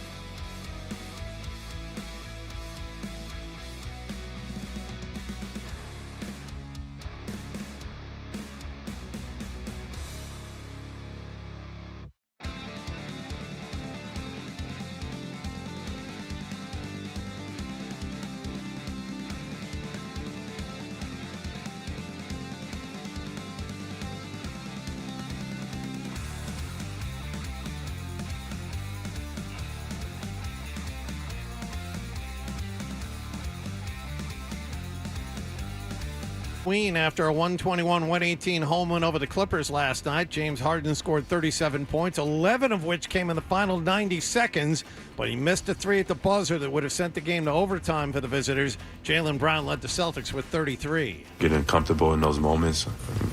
There's some benefits, I guess, to playing a bunch of close games that you get some more experience, get battle tested a little bit, so I was able to finish some plays down the stretch. They'll visit Brooklyn tomorrow night. Bruins are in first place after a win in Montreal Saturday. They're back home to play Carolina tonight. Victor Arvidsson is out after suffering a lower body injury over the weekend. Charlie McAvoy may be out as well after taking a puck to the face in Montreal. Ryan Johnston and Bob Beers have the pregame at 6:30 and the face-off at 7 here on 98.5 The Sports Hub. Patriots are off yesterday after beating the Jets on Thursday. They're in Cincinnati Sunday. Bengals lost big in Pittsburgh yesterday, 34-12. They are 3-7. And the first big Major League Baseball free agent signing took place yesterday.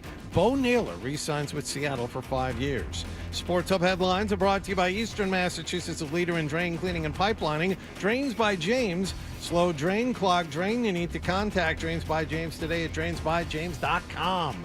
I'm John Wallach on Boston's Home for Sports, 98.5 The Sports Hub. Your next update at 8:30.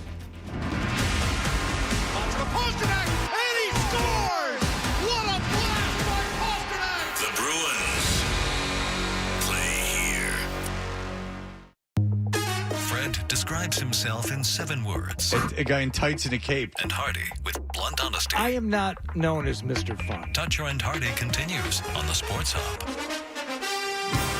Around the NFL with Toucher and Hardy. Hit somebody!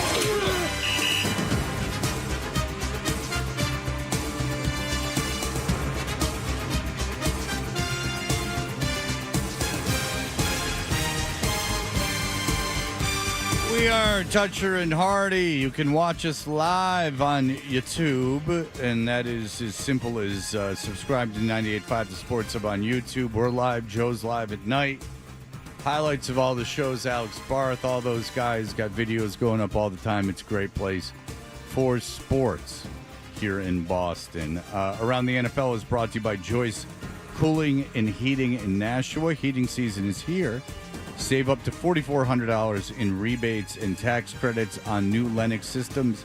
You can now schedule your appointment right online at joycecool.com. Hardy, where are we going first? Well, we already talked a little bit in what happened last night about the Sunday night football game between the Detroit Lions and the Philadelphia Eagles. Let's just get to the money play here. Toward the very end of the game, when the Lions needed a stop, all they had to do was stop the Eagles on third down, get the ball back. They're down a touchdown. Third down, Eagles with the ball. Hurts hands in front of his belt, gets the snap. He's back to pass. Hurts looking, throws right side for A.J. Brown. Incomplete, and a flag comes in. Pass interference is coming against Yassine, and that is going to put Philadelphia in a spot to win the game. The pass intended for A.J. Brown, who was complaining earlier in the week that he wasn't getting the ball. He was targeted 11 times in the game and made 7 catches for 49 yards. But the pass interference that was not, the refs were asked about it after the game. Alex Kemp was made available to pool reporter Zach Berman. He said, why the pass interference on that play? Kemp, the official, said, the official observed the receiver's arm getting grabbed and restricting him from going up to make the catch. So the ball was in the air, there was a grab at the arm, restricted him, and he called defensive pass interference. If you look at the play, if you're watching the game, if you see it on replay, that is the perfect no call in the NFL. If anything, you could make a case that A.J. Brown pushed him off and OPI should have been called, but it was not. It was called on the Lions. First down, Philadelphia. Game over. So the Lions fall to 6-4, and Philadelphia picks up another win to move them to what, John? 7-2 now on the season? Yes. I will tell you, the Lions, Sam Laporta is on injured reserve. Terry and Arnold, who's not great, but is the starting corner, was out yesterday. I mean, they're a real mash unit. And there's a million other guys that are out, too. A bunch of dudes are out. And they have bad luck with injuries, but that wasn't the problem yesterday. The problem was the offense. And Jared Goff just terrible. And some of the offensive play calling from Dan Campbell, who's taken over those duties, he just doesn't seem to have a knack for it, especially on fourth down. They went for it on fourth down 5 times, converted on 0 of those attempts. Done it 2 weeks this year, and he was great one week and not good the next. You can't say he doesn't have a knack for it. He doesn't have a knack for it, Fred. Well, I guess you can say I said it twice. Yeah, well, I stand corrected. How are the Chiefs doing? They were in Denver to take on the Broncos. Oh, where are they now? I tell you what, I've been watching this Denver team.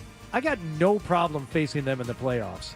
Oh, fool's errand. This is not a team that I fear in the postseason. Yeah, Bo Nick's a bit of a.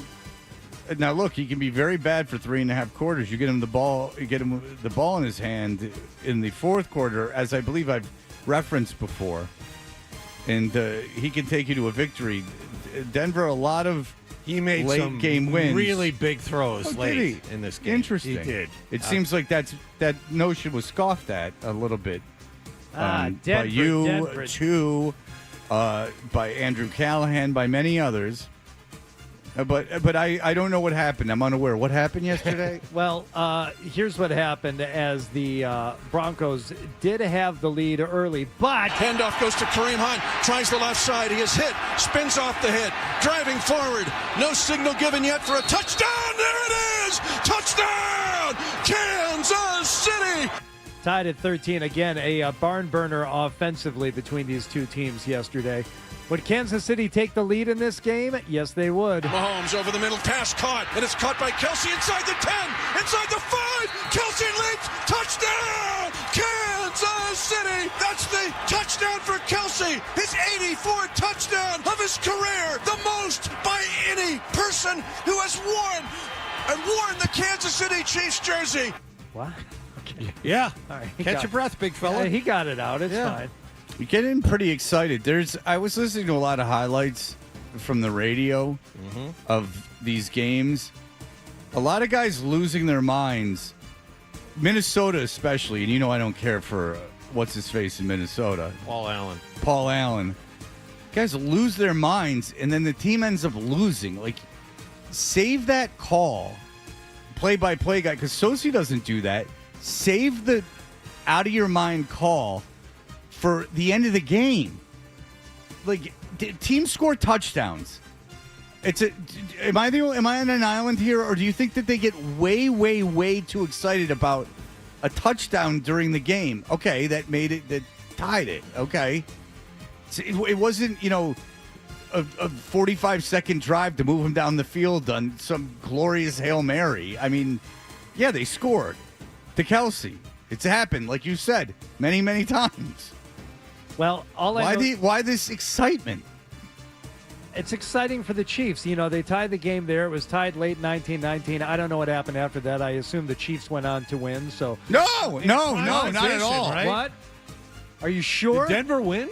Oh, wait a second. The Broncos got the ball back with 2:59, 10 plays, 58-yard drive, field goal to win it. Snap placement, kick on the way, and it is good.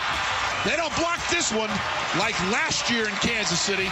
And on the final play of the game, the Denver Broncos have beaten the Kansas City Chiefs by a final score of 22-19. And they settled for a field goal too. That they ran a play just to position the ball. They were very close. They could have really tacked it on. Well, the Chiefs, who were undefeated in one-score games last season, are now 0 for 5 in one-score games this season. Now sitting at 5-5. You're worried about the playoffs. Out of the playoff picture as of this morning. Patrick? Obviously, it's going to be tough to get back in the division race, but at the end of the day, all the goal is to get into the playoffs and try to make a run at it. And all you can focus on is next week, knowing that we're going to get a great opponent coming into Arrowhead this next week. We're kind of at that point where we got to find a way just to win football games and got to keep moving forward. That's what this league's all about. Another big game, Indianapolis at Arrowhead. Indy coming off a bye week. And, Kansas City, again, another team with a relatively tough schedule. But part of that tough schedule is your Denver Broncos. At the end, Christmas night. And this isn't the Chiefs at the beginning of the year. This is a fully healthy Chiefs team comparative to the beginning of the season. And they held them to 19 points. but scoff away, make fun all you want. Audience, you, writers, everyone. Oh, I hope you play Denver in the playoffs. Well, no, that would mean you win. But you play Denver in the playoffs and lose, and then I'll feel. You don't want him to get there. You don't want him to get to that game against Denver. Too soon. It's too soon. This needs to marinate, or the fan base won't appreciate it.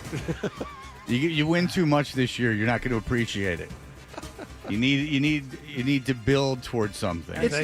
It's not all defense for Denver. It's mostly defense, though. Bo Nix had made some great plays down the stretch there, but he didn't have any touchdown passes. No. Bo Nix is not a good quarterback necessarily. Bo Nix can be bad, but at the end of games, Bo Nix is good. Bo Nix has escapability. Bo Nix seems to put it all together on these game-winning drives. They do it all the time. And the other thing that's scary is Denver had one receiver, Cortland Sutton. He was the guy. They've gone away from him. He's spreading the ball out now. A lot of confidence. I mean, their wins aren't overly impressive, but like 22-19, 10-7, 18-15. Then they blew out the Cowboys, 33-32, 13-11, 21-17. Like, they win these close games. And it doesn't matter because right now they're in first place in the AFC. It's a tiebreaker situation. And the Patriots probably have a better chance. Well, Denver's schedule is not extraordinarily difficult coming up. They do have that game against Kansas City. And they have the Packers. And then they play the Chargers at the end of the year, and we'll see what that means. But it's Commanders and Raiders are the next two. But then again, the Patriots don't play anyone in the next 2 weeks either. No, so they're stacked at the end, too. So this might come down because I don't like Indianapolis and Arrowhead. I don't think you would either. No, I wouldn't. But, I was shocked that Kansas City lost yesterday. Oh. I was. Oh, that's interesting. It Me shows too. a lot of respect for your co-host. I thought they won until just now. I had no idea. Let's talk about Everyone thought Denver was going to be good. No, everyone scoffed at me. Everyone scoffed at me. And they might yet lose. They might not even make the playoffs. Who knows? Maybe they'll lose all the rest of their games. But every week is a little notch on the bedpost for yours truly. Ew. The no pockets. Let's talk slippery tea. Let's talk Browns Ravens. Kresk tea. Browns adding to their early lead. Jackson shotgun, back to throw. Here comes Delpit. They set up the screen. Ball up into the air. It's picked off. Devin Bush, far sideline, cuts inside the 10. He's at the 5. He's in! A pick six. Devin Bush! And the Browns take the lead. Everything going good until Dylan Gabriel concussed in the third quarter. You know what that means. Shedeur Sanders into the game. All right, so I never had a problem with Shedeur Sanders. I always I didn't like him or dislike him. I didn't understand what the big deal was. Yesterday was glorious. Now, I was home from the Celtics game in time for this. I knew Denver was going to win, so I was able to focus on this game. Mm-hmm. Well, you knew they were going to win before they even kicked the ball off. Yeah, that's why I can't. That's why I don't gamble on it, because those bets I have to lose. I have to lose every football bet I make. Fred, you don't lose every bet. Oh yeah, since week 1, I've lost every single bet I've made. But luckily, I lost everyone yesterday too. Kendra giveth and Kendra taketh away. Well, she had a big streak going. All right, but here comes Shedeur. The crowd's going bananas. Shedeur is asking the crowd to celebrate him. Sure. I saw that. And what are they going to do? I don't know if you heard. He didn't play well, though. Well, first snap, you'd think they're going to hand the ball off. They're going to ease him into this. Oh, no. And ladies and gentlemen, Shedeur Sanders is at quarterback. And listen to the crowd. Buckle up, everybody. Sanders waiting for it. His first NFL snap. Roll out to the right on a play fake. Throw right, caught by Tillman at the 29 and run out of bounds by Wiggins. Off and running. Here we go. Good things. Wiggins, do you think he was upset or maybe licking his chops after Shedeur Sanders completed that first pass against him? Shedeur Sanders from the shotgun. Ravens bring blitz pressure on the rookie quarterback. Hit as he throws. It's intercepted. Picked off. It's Nate Wiggins. Returns it inside the 20 and down to the Browns' 16-yard line. And just like that, fortune tilts in the Ravens' favor. All right. So Sanders was under pressure, and if I'm Baltimore, I do the exact same thing. You blitz the crap out of this kid. He's a third-string quarterback, has no idea what he's doing. That pass was nowhere near one of his wide receivers. Wiggins was basically in a zone, standing by himself near the sideline, and Sanders could have just run up and handed him the football. That's how bad a pass that was. And, there was some talk of Shedeur taking too many sacks while he was at Colorado. Oh. Fear not. Oh, boy. Like a 3rd and 5 situation, the kid will lose 11 yards for you. He lost 14 on his first sack. 2 sacks for 27 yards Yeah. in losses. He doesn't just get sacked because he's slow is the fun thing about him, but he tries to escape, and he can't outrun a defensive lineman. But he can. No, he can't. And the defensive linemen, they get through, and you see, watch Drake May, watch Josh Allen. I mean, they're both good athletes, but they're big guys. Shedeur's not a big guy. He's trying to get away.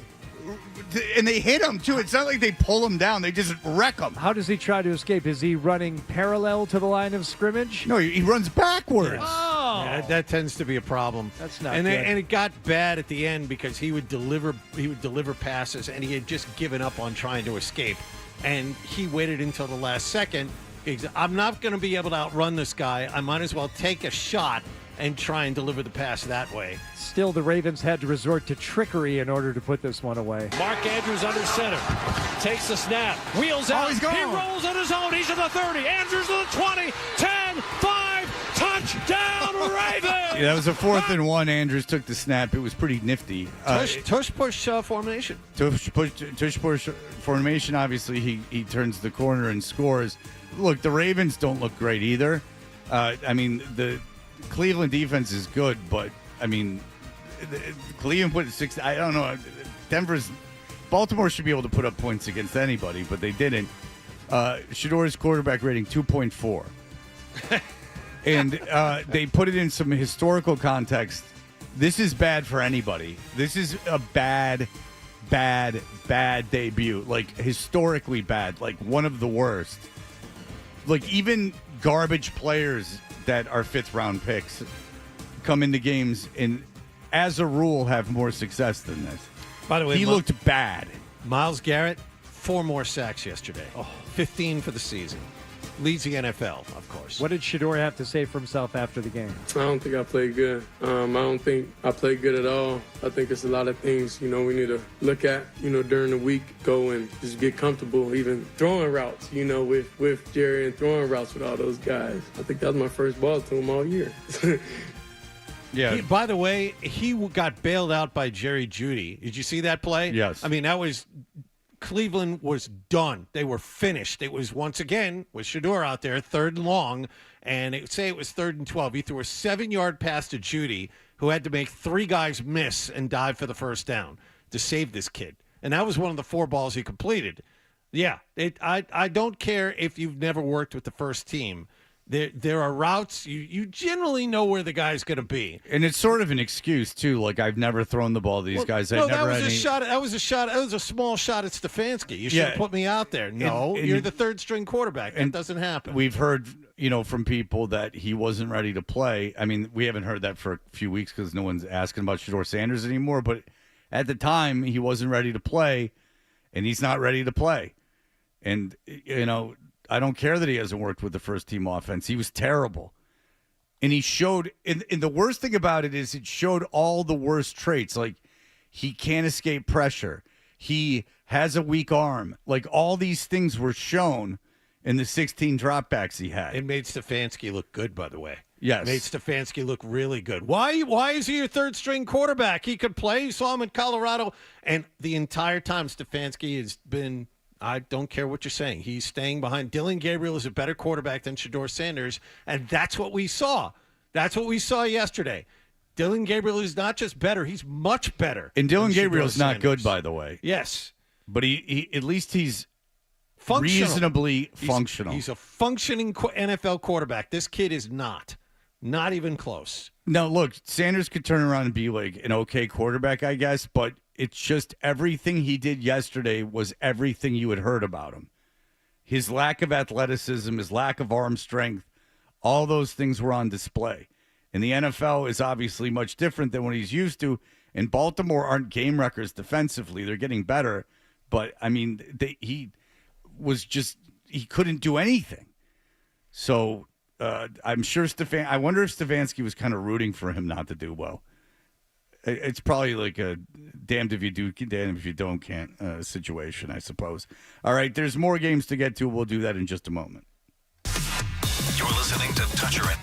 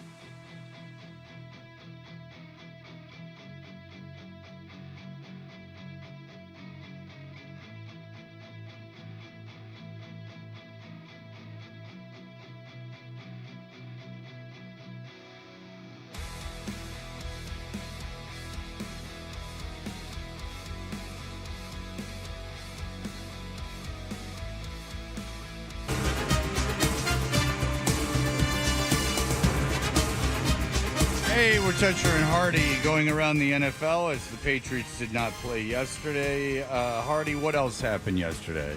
The Tampa Bay Buccaneers were taking on the Buffalo Bills in Buffalo. Let's start off with the Bucks. High snap, hand the ball off. Tucker tries to get outside, following a blocker in front. That's Tristan. Inside the 30, to the 25, 20, outside the number. 10, 5, 3, 2, 1. Touchdown, Tampa Bay. Sean Tucker takes it to the house. 43-yard touchdown run by Sean Tucker.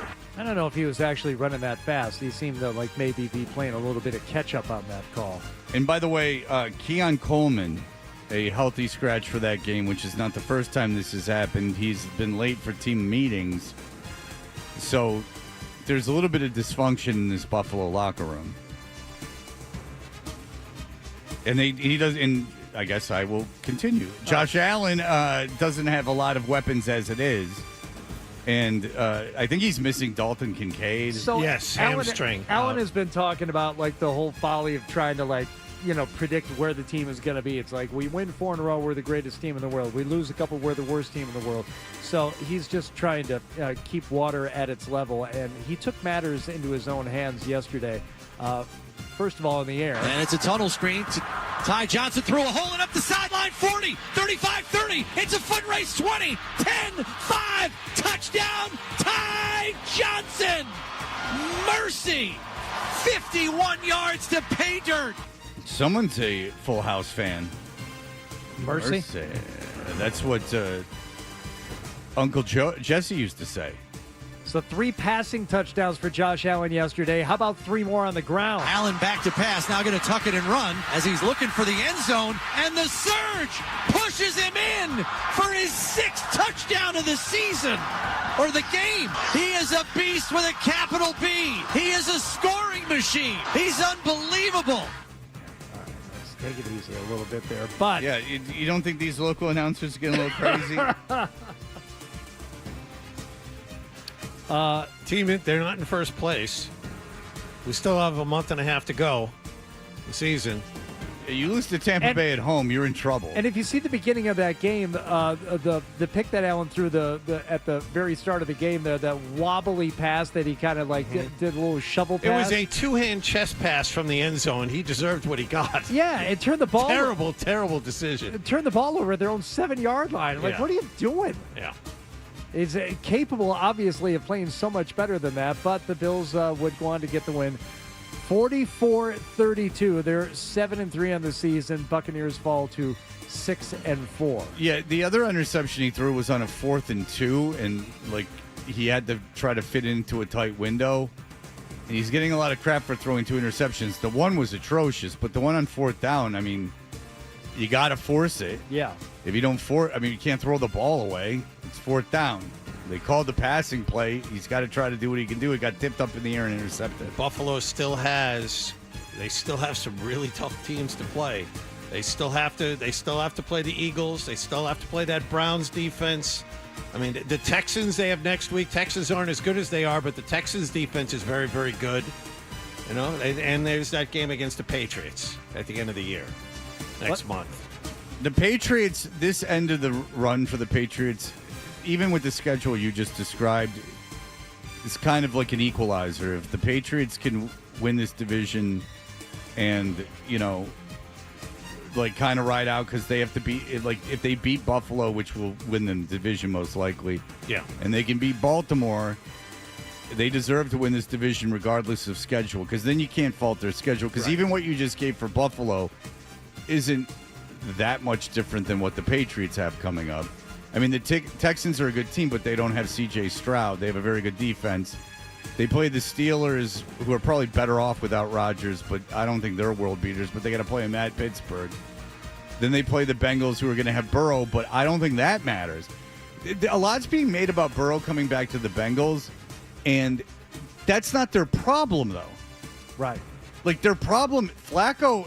Are we doing the Bengals? Yeah, game? we're doing that right now because you Okay, just go mentioned ahead. the Steelers Yeah, and my the bad. Bengals, All and right, yeah, go they're in Pittsburgh here hosting Cincinnati. Flacco throws it deep, caught at the 7. T. Higgins runs into the end zone, but there's a penalty flag in the offensive backfield. Looks like it's holding against Pittsburgh. The Bengals are celebrating, so that's going to be a 28-yard touchdown pass. Very good. And Aaron Rodgers, why wouldn't Aaron Rodgers be playing? Well, Mason Rudolph had to come into the game after Rodgers hurt his left wrist. He was given that thing, he was treating that very gingerly immediately after he got hit. There is a new quarterback, and this is Mason Rudolph, initially a Pittsburgh third-round pick, played here, went to Tennessee, now back with the Steelers, 8th year, Oklahoma State, and he's taking the place of Aaron Rodgers. All right, well, how would that go? Flacco gets the snap, back to pass. Excuse me, that would, we'll get to more of that in a second. Flacco gets the snap, back to pass. Steelers bringing 5. Flacco over the middle of the field. It's picked off. It's Duggar. Duggar to the 40-yard line. Racing across the 50 to the 40. Looking for a block from Herbig. Gets it streaking down the left sideline. Makes Chase miss and waltzes into the end What zone. a terrible trade.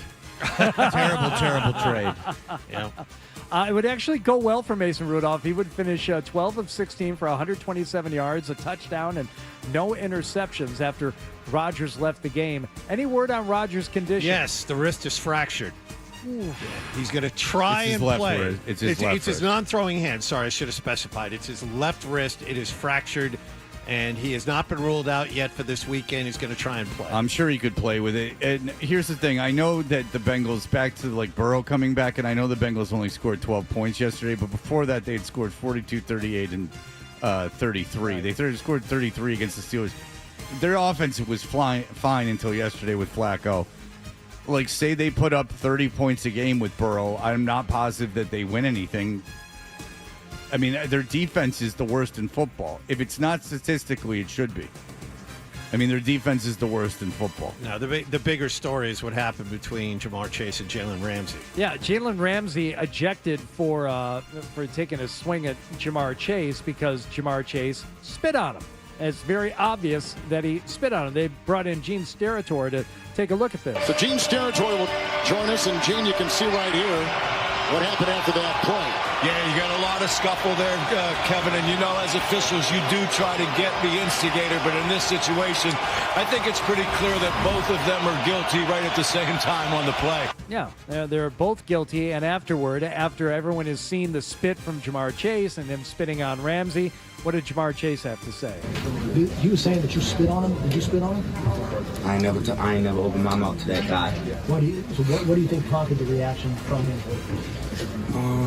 Well, he don't like some of the words I told him. We've been going back and forth the whole time, so I'm sure some got under his skin. Yeah, he's just saying words to him that he didn't like. None of the reporters had seen the video at that point. Now, on Wednesday, when they go, well, the NFL is going to look at it today, apparently. Today's the day they're going to review the video. But after they suspend him or fine him or whatever they're going to do to him, now he's got to have to answer the question. It's obvious, see, Jamar, I can pull this up on my phone. Here's a video of you spitting on Jalen Ramsey. Can you please explain yourself? Well, I said I never opened my mouth. You can see my lips were pursed. I and I see. actually just spit without opening my mouth, And so the I good didn't news lie. is he'll probably get suspended, and that means if he doesn't appeal, that will mean what? He does not play against the Patriots this weekend. Unavailable as the Patriots will travel to Cincinnati. Cincinnati's defense, Fred, just to back up what you were saying, last in the NFL in yards per game, second to last against the pass, last against the run. Finally, the Rams taking on the Seahawks. Matthew Stafford, one of the still leading the MVP odds. Devontae Adams in formation. They open up. They throw the slant. Left side. Devontae's got it. Touchdown, LA. The 1,000th reception of a Hall of Fame career gives the Rams a 2-score lead over the Seahawks. How would the Seahawks respond? More specifically, how would Sam Darnold respond? Darnold lifts his leg to call for the silent count snap. Has time. Now it breaks down. Hit. Jump pass. He throws it away again. Intercepted by the Rams. LA takes it away with D. Will. 4 interceptions in midnight mode. They've turned Sam Darnold into a pumpkin at SoFi Stadium. Oh, I get it, because the Rams were wearing the midnight mode uniforms, and he turned them into a pumpkin. That's a company man right there. Yeah, so much for the Sam Darnold MVP conversation, I guess, unless everyone else falls apart. Stafford wasn't that great yesterday either. He was fine. No, he wasn't that great. 15 to 28 for 130 yards. But you would think guys would be down on Sam Darnold after the game. Ernest Jones, linebacker from the Seahawks. I mean, Sam's been balling. Like, if we want to try to define Sam by this game or what, man, Sam's had us in every game. So for him to sit there and say, oh, that's my fault. No, it's not. There was plays that defensively we could have made plays. There were opportunities where we could have got better stops. Yeah, I mean, like, it's football, man. And he's our quarterback. We got his back. And we got anything to say, quite frankly. But you lost. Why would you have his back? You're 7-3. Everything's done. You lost at the Rams. That's it. Who are 8-2. Inexcusable. No touchdowns, 4 picks for Sam Darnold. Can't believe they weren't rougher on Sam after the game. The whole season's falling apart. Rating of 45, quarterback rating 32.1. Hasn't had a game that bad since he played for... I guess the Dolphins? Darnold's worst performance since he was a member of the New York Jets. Maybe Adam Gase was in the building. Devontae Adams, did you hear that play-by-play? That was his 1,000th career catch. I mean, I knew Devontae Adams is good, and he's been around. He's a multi-time Pro Bowler. He's one of the better wide receivers in the league. I didn't know he had 1,000 catches. That puts him in the top 15 of all time. See, he's one of these guys that's now played for a few teams. Just remember him in Green Bay. Yeah. He was Rodgers' guy in Green Bay. So, and he's only done it in 11 years. I mean, it's pretty incredible. And he's still good. Yeah. Is the thing is, so, he's still good. So, there you go. Good for him. And tonight we got a barn burner. You guys know the Monday night matchup. I do. Between the Cowboys and the Raiders. Can't wait. They'll just put the Cowboys on. I've heard other people talking about this. It's just like the Cowboys, I know Monday Night Football, you got to have a rotation, and they don't get the best games, but like they don't flex the Cowboys out of games either, regardless of how good or bad they are. Yeah.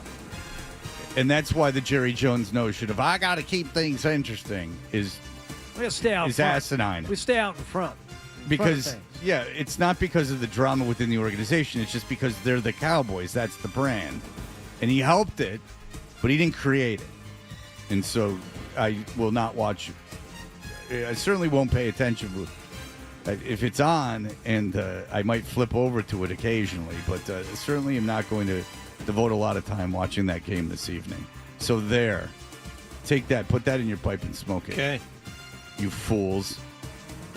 You're not going to get this guy watching your precious little game tomorrow or tonight. Unlike John, who could be called up to call the next Monday night game, so he's got to keep eyes on it. Cowboys players will wear a decal honoring Marshawn Nealon, who was found dead in an apparent suicide. It was about a week and a half ago. The league's done a good job of honoring that. They've done it at every game, and I think that's appropriate. So, good on the league. All right, we will be back in just a moment. Here are the headlines. Essential Sports Hub headline presented by Celsius and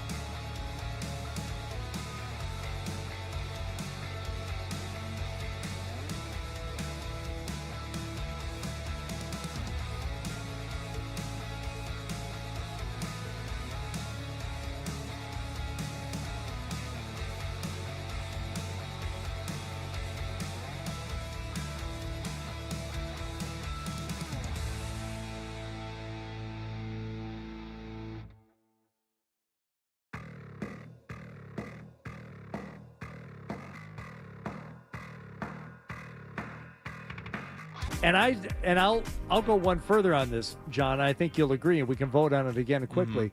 Not only should we as a show go to the Super Bowl in San Francisco and do the show live every morning, 3 a.m. to 7 a.m. Right. local time. Yeah. But if the company is so short-sighted that they won't pay for it, we'll go on our own dime. We will? Yeah. I'm going to draw the line there. Well, that's not happening. Well, but on the other hand, John's all for doing the show from 3 to 7. Yeah. Sure. We're going to San Francisco. If it pisses you off, absolutely. Super Bowl. Well, and it's good because that's the kind of radio you want Super Bowl week, too, is a show on from 3 to 7 live in the morning. Yeah. I will draw the line at paying for a cross-country flight. I'll pay for you, John. We're going. Oh, all right. If that's the case, I'll go. He's got this cruise money coming. Now, is the cruise around the Super Bowl? Oh. No. What if the cruise was around the Super Bowl and he couldn't go the week of the Super Bowl? When is the cruise? Late January. Okay, so the Super Bowl is about 2 weeks after that. Yeah. So it might just be you and me. I mean, especially if he throws himself overboard because he realizes the mistake he's made by taking the cruise. January 25th. Yeah. Would you like to do a Bill Belichick update? Why Yes. not? This Sure. is not involving his personal life, so you don't have to. You can save the hold steady. I am, and I realize how sad this is. I was meeting people for dinner on Saturday night in the city, and there was like it was a bunch of people, and I only knew one of them, and they were all getting together, and like so there was like a window of like 6 to like 8 when I could have gotten there, and I sat home, and I couldn't order the lift. Because I was so engrossed in seeing North Carolina lose. They just lose. They got. And then when I got into the car, North Carolina was at Wake Forest, who's a good team, a decent team. And so, and I was so engrossed in it. For some reason, the Xfinity app won't let me watch games when I'm not on Wi-Fi. Like it won't let, and it's not my phone and the way it's configured. It's not. I can use cell data to watch live stuff. There are things I can get live, like TV shows and stuff. I can get that are running live. I just can't get games. And so I just stared at this game like an idiot in the back of the lift for like a half an hour, just staring at the game cast, just going, oh, lose by more, lose by more, lose by more. They lost 28-12. And the funny thing about North Carolina, they didn't score a touchdown. But the funny thing about they got a hell of a kicker. He booted a 57-yard. Now he got a couple blocked, so that's just going to come with the territory. But the great thing about them too is that they're poorly coached. Like they made bad mistakes. Like they make big mistakes. There's blown coverages. There was a flea flicker that went for they're susceptible to trick plays. It's all great. It's just fantastic. Yes. So now Duke lost. Duke's not a bad team. They have 4 wins and 2 games left. And Duke lost handily last week. They got Duke at home and I think on the road against North Carolina State. And North Carolina State got blown out. Yeah. But the sad thing for us is because my mom is in town right now, and I said, what's the chatter there locally? Down in Durham. About people are big on Ann Landers. And she said, now basketball started, nobody cares. Yeah, I'm sure no one cares. Oh, yeah. But, why would you care? I mean, are you watching Michigan State football? I mean, Michigan State's worse than North Carolina. Now their schedule, they didn't play, Charlotte and Richmond. So, I'm sure they played someone bad that they beat. But, they had to play BC non-conference. I mean, BC sucks, but it's an ACC team. They had to play non-conference. And they took 5 overtimes to beat them. So, people aren't going to be into it anyway. I don't care. Yeah, but it's just and I understand that people aren't obsessed with North Carolina football like I am. But that's kind of my point, is that it's gotten very sad on my part. Now that the Jets are garbage... And I don't hate the Patriots because Belichick's not here anymore. I just find myself, I think I care about North Carolina football losing more than I care about anything else. Now, I like when the Bruins win. I do. I was very impressed. John and I didn't see it. I was talking to John out the air. It was Saturday night. I didn't see any of that game. Right. And anyway, if it was up against North Carolina, I wasn't watching anyway. I have watched North Carolina more than any other college football team this season. By far. By a million. Yeah. I've seen and I have BC season tickets, and I've seen them. I blew off the BC game on Saturday because I was going out to dinner, and I just didn't That turned feel like out to going. be the one game you'd want to watch. Well, the Notre Dame game wasn't a bad game either. Like, BC's been competitive against good teams. No, but BC should have won last week. Yeah. They should have won, but they didn't. But whatever. I don't think Bill O'Brien's a terrible coach or anything. I mean, they played well against Notre Dame, and they played well against a ranked Georgia Tech team. But I am really engrossed in this UNC team because even when they win, it's not good. No. And the fact that they paid $2 million to this kid and denied the Virginia quarterback. The Virginia quarterback wanted to go to North Carolina, and they said no. And Virginia has a very good shot of being in the ACC championship game. And if they win that, they're in the college football playoff. Now they're going to get blown out no matter who they play. Even though a Group 5 team has to get in, and South Florida lost. I know no one cares about any of this, but like some incredibly atrocious team is going to make the college football playoff, which will be funny because there could be 100-0 score, and I'm not exaggerating. Even if like these teams pull starters, their third stringers are going to be 1,000 times better than whoever that Group of 5 team is. Yeah. Once now, all the people screaming and yelling for a small school to make it into the tournament, relatively speaking, small school, they're going to get their chance now. It's 12 now. It's going to be 16 in a year or two, and then you'll see first round scores will be 63-0. That's how it'll work. And so, yeah, I got what you just wanted. don't understand how North Carolina is going to get any kid to come to that school to play football for them next year. Tar Heel is a loser. I just don't understand how that happened. Well, obviously, there's only one way to do it, and you know it. It's play for one of the best head coaches ever, regardless of what he is now. And it's kind of a regardless. No, but the point I'm trying to make is they just gotta commit. Some kid who had committed to Penn State flipped to North Carolina, and his whole thing was, I now have a chance to be part of history. It wasn't the rich tradition of North Carolina. It was the tradition of playing for Bill Belichick. Well, it also could have to do with Penn State's season and the fact that Franklin's going to be the new Virginia Tech head coach. Maybe that was part of the kid's decision making. But they have the 15th ranked recruiting class according to ESPN right now. We'll see where that ends up going. They bringing a loser to another loser town. But it's no fun watching for Bill, I don't know who this is, but go ahead. You're the only one on the phone. Go ahead. It's Tyler from North Carolina. Hey, what's up, Tyler? Big fan.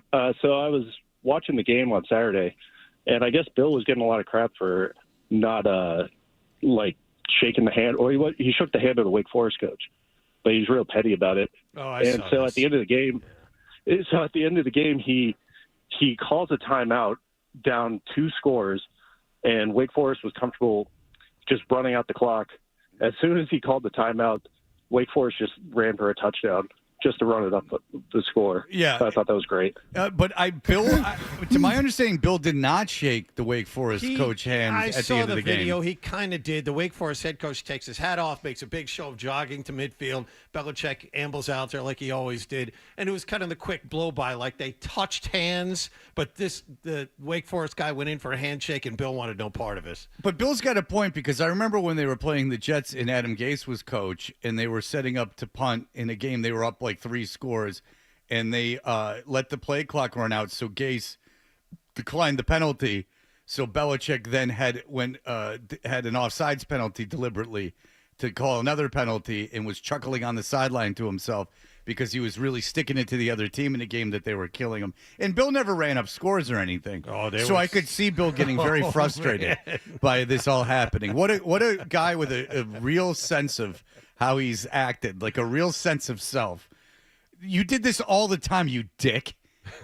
Oh, I hate him. He did. Not talking about this. But that's my life. That's my life, is watching North Carolina and hoping they lose. All right, we'll be back in just a moment with Ian Eagle, our good friend Ian Eagle.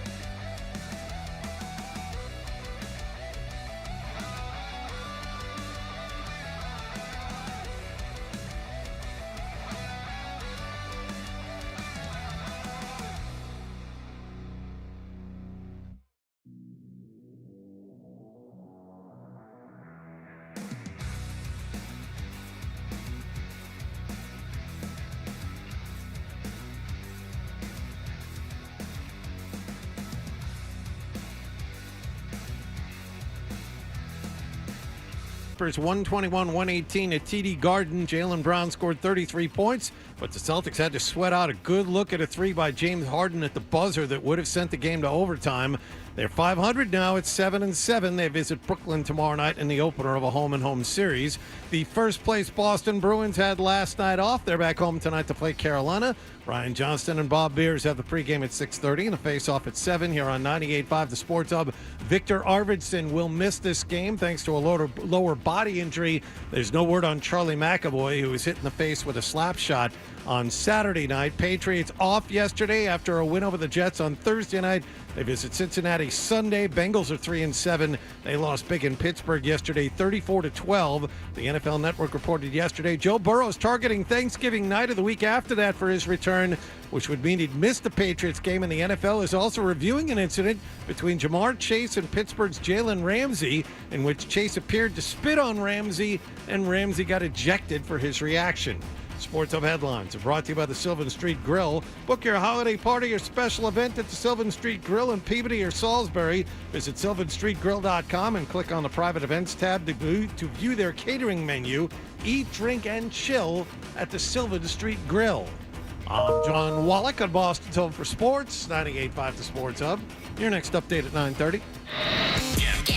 Get There's the potential there for big stuff. 98.5 The Sports Hub app. Get the app.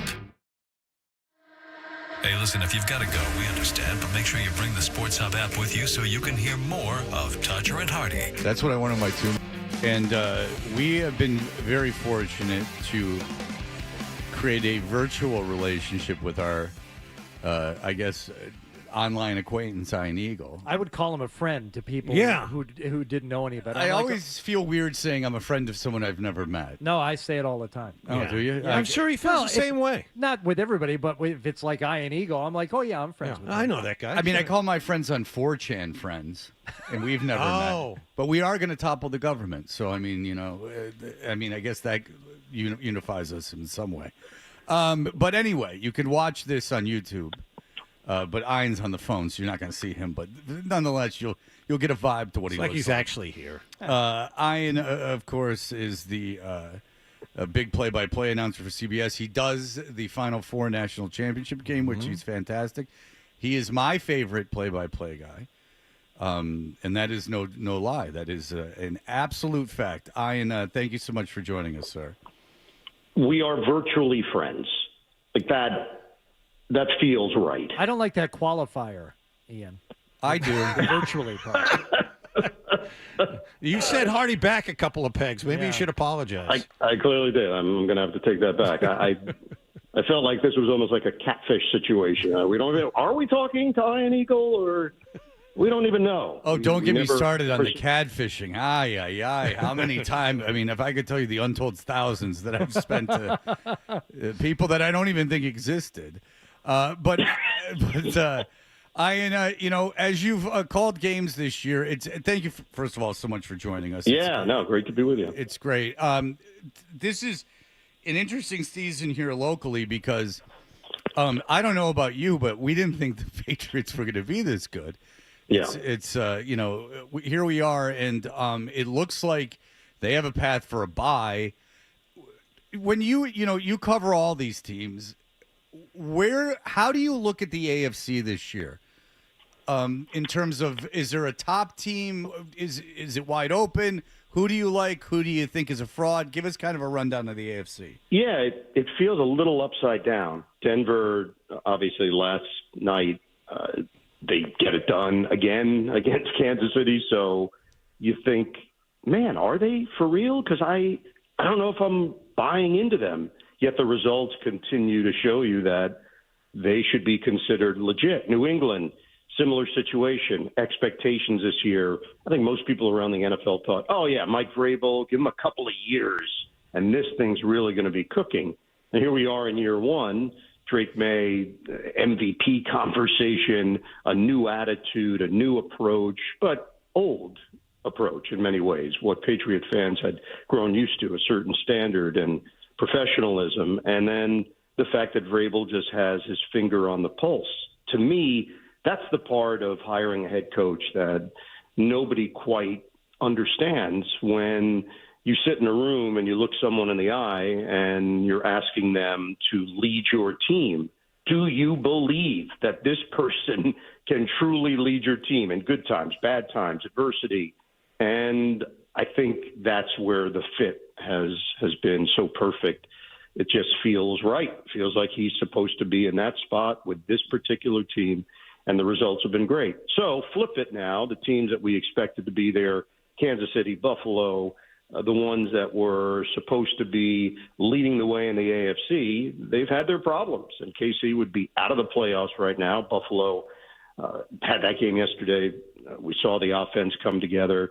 It's not a team you would want to play in the postseason, but they have not played particularly well, and they haven't looked like the team we thought that they would be. So here we are going into Week 12, and I think a lot of people's perceptions have not played out the way that they thought they would, and that's good for the NFL. And that's why I think the interest is so vast week in and week out. You just don't know what's going to happen. What would worry you more, Ian? Would it be a team like Denver with this really outstanding defense who does enough offensively to win all these games, or would it be something more along the lines of Buffalo, who's got Josh Allen and the ability to score 6 touchdowns himself? When it comes to the postseason, which one gives you more nightmares? Buffalo would give me more nightmares. I obviously witnessed it yesterday. They're just so dynamic because of him. He's a complete freak of nature. Physically, when he's rolling, which he was yesterday, complete command of what it is they want to do. It's not the biggest name receiving core, and I think that's been probably part of the issue for them. But yesterday's an indicator that he's really comfortable with Gabe Davis, who's back from injury and was with Jacksonville last year, came off IR and played a big role. They signed McCole Hardman off the street as a 61-yard return to help set them up for a touchdown. They're just finding some ways now to get through November, and the general consensus that I felt and our group felt, J.J. Watt, Evan Washburn, and the rest of our crew sitting down with them, talking with them, is the belief that they can turn it on when they have to. And I think when you're a really good team, you do believe that. You look in the mirror and see a winner and maybe not what everybody else thinks they're seeing. It was not a great vibe this week in Buffalo. Fans were very much beginning to hit the panic button as to this team. And I think maybe bigger picture, what I picked up on, not just this specific team and this season, I think that there's just a sense that this window is not what it once was. The window of opportunity is closing. Wow. I had a good friend of mine who's a huge Bills fan, and before the game, he's like, can you ask someone what's going on? They didn't play they didn't play the receiver. Yes, Keon Coleman.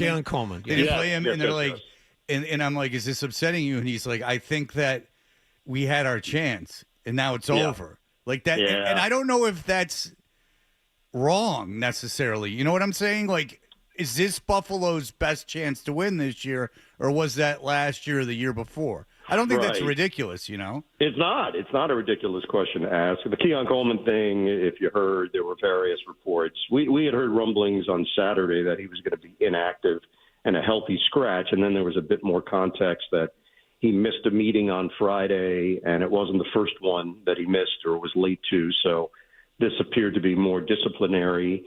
And the production has not been great, and the expectation was high. He was a second-round pick. He was supposed to step in and be the guy. I shouldn't say second round. I think he was a first-round pick now that I think about it. And he hasn't been that. He just hasn't been that. The pressure has mounted. He hasn't handled it particularly well. And maybe this is a wake-up call, or maybe this is one of those moments that he looks back on and says, yeah, that got me on the straight and narrow. But they won without him, which is never a great sign if you're a young player that's supposed to be a big part of this thing, and addition by subtraction works in your favor. I think that is a big part of it, and I do think for Buffalo fans in general, they've just been waiting. There's been so much patience. They love this team. It's religion there in that part of the country. So the fact that they had such an embarrassing performance against Miami, it was a very drastic, visceral reaction within Western New York that maybe this is just not going to happen for them. So along those same lines, when it comes to the Patriots, is there something about this team specifically that would worry opponents? Because that's what I think they're missing. You may have the benefit of not worrying about the team because they seem to be pretty solid. Right. You know, they're both sides of the ball are exceeding expectations. But if you're looking at them as an opponent, do they have that one thing that's going to give you the shakes? Yeah, probably not at the level that you would normally assign to Kansas City and Buffalo in the AFC, Cincinnati when they had it rolling with Burrow and those two receivers. You know, there was just a serious star quality. They have that in the quarterback position, and the question is whether or not you're fearful of what they could do to you in a playoff setting. That's not to say that they're not capable. They're already proving it. And there's a feeling, I think, within the league sometimes in regards to coaches that can win you a game, that just know how to do it. They know how to push the right buttons. They know how to scheme it up. And Mike Vrabel has fallen into that category. For someone that has not won a Super Bowl yet, but did wonders in Tennessee, and we see what's happened. The bottom has dropped out for that organization since they decided to move on.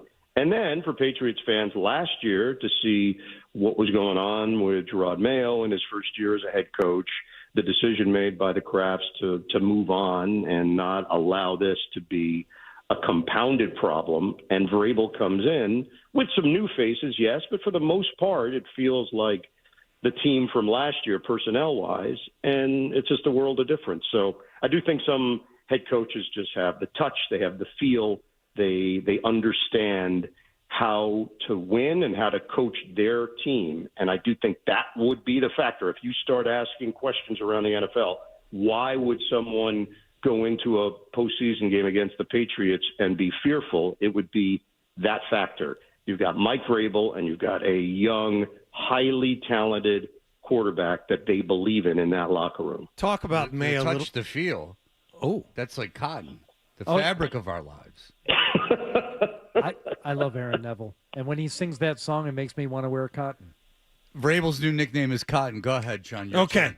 Okay. Vrabel's new nickname is Cotton. Got it. Yep. And in your experiences with Drake May, Ian, your discussions with him, do you think he is capable of standing up to, say, Josh Allen coming to Foxborough for a playoff game or playoffs in general? I mean, he's in some uncharted territory here. Yeah, I do, and it's based on, obviously, the physical part and how confident and comfortable he's looked in year two. And then the other part, which is not as tangible, and it would be hard for fans to truly put their finger on because they're not seeing them in an everyday setting or in a production meeting.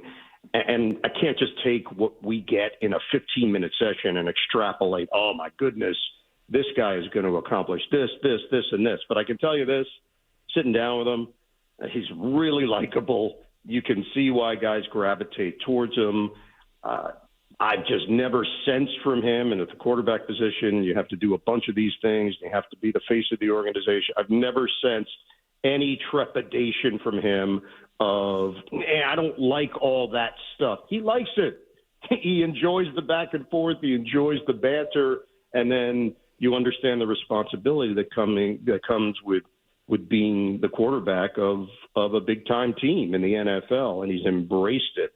So I just think in this current format of the NFL, when you get a quarterback that you believe in and you know could be in your uniform for the next 10 to 12 years, it just frees you up to make decisions that personnel-wise you can make some mistakes and compensate.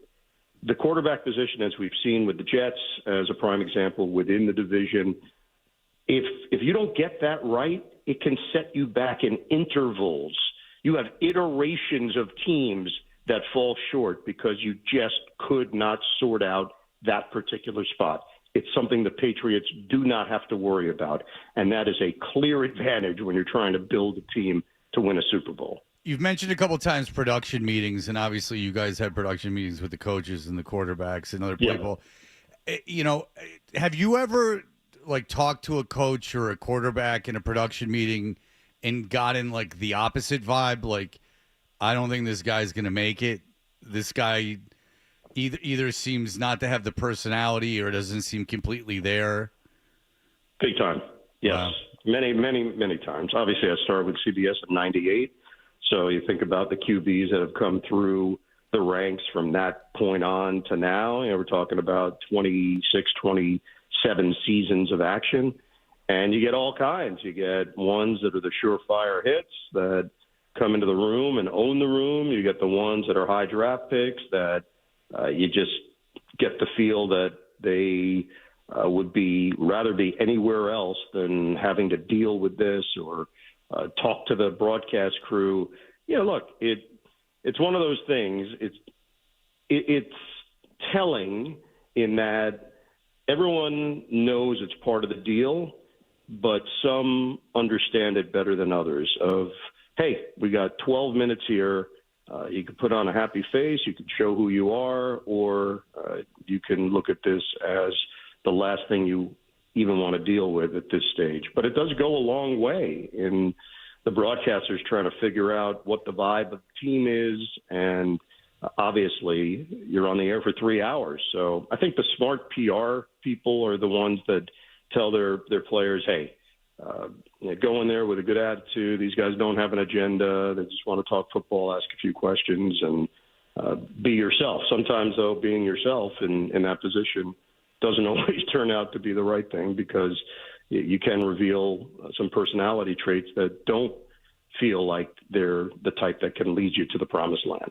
And if I could just finish with an overall broadcasting question, you Yes. do the Nets games, and then you do college basketball in the Final Four and the finals.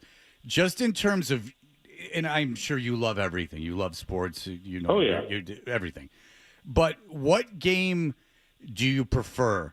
If you had to choose one, is it the pro game or the college game? Which one do you find more enjoyable just as an observer?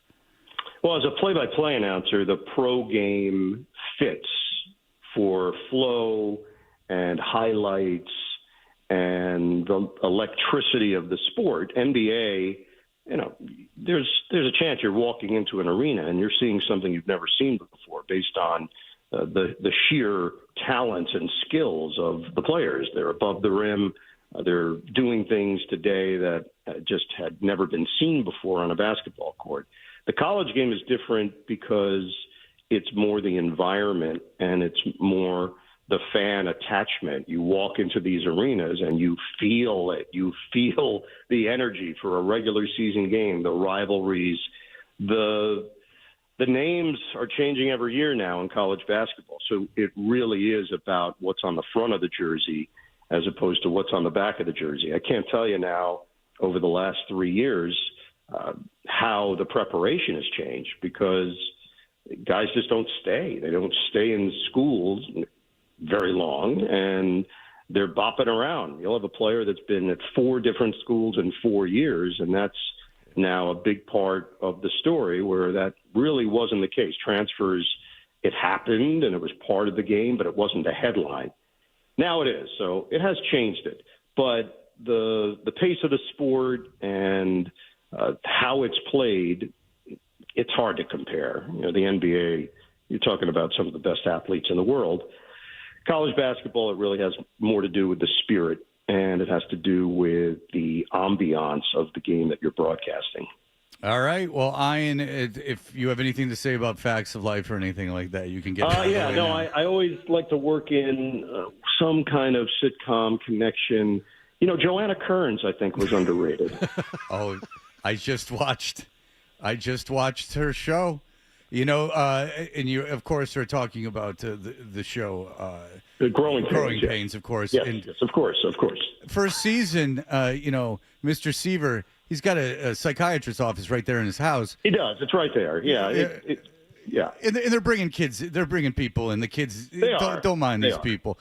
First season, funny Christmas episode. Guy on the roof threatened to throw himself off of it. Kids talking to him through the chimney. He comes down at the end. He celebrates Christmas with them. It's a fun time. Yeah.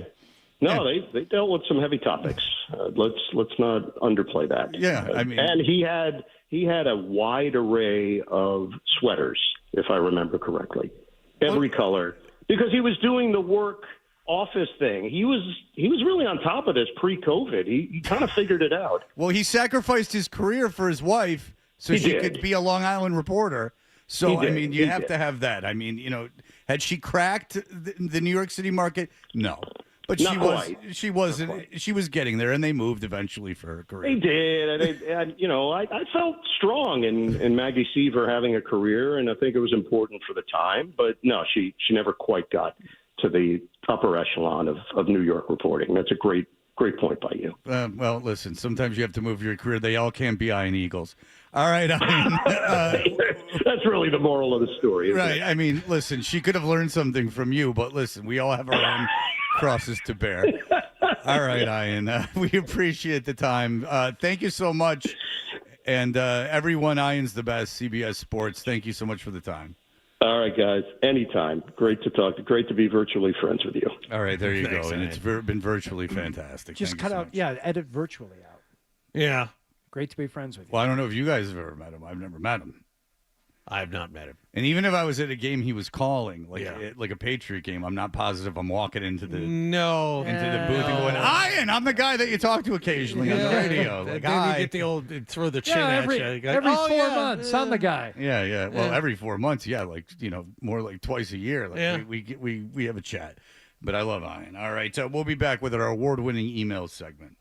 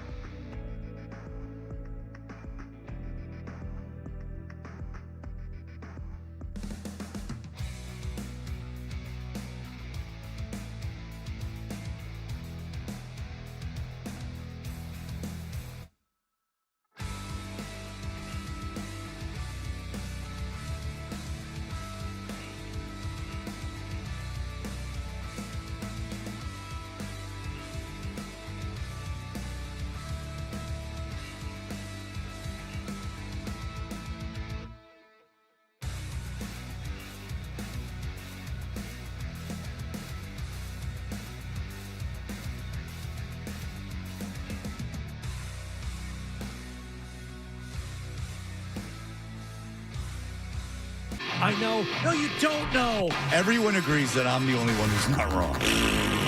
Right or wrong, they're back. Toucher and Hardy on the Sports Hub. You know, I got an idea for a bit. The email bit. We should do the email bit. It's a great idea. Let's do the email bit. Ooh.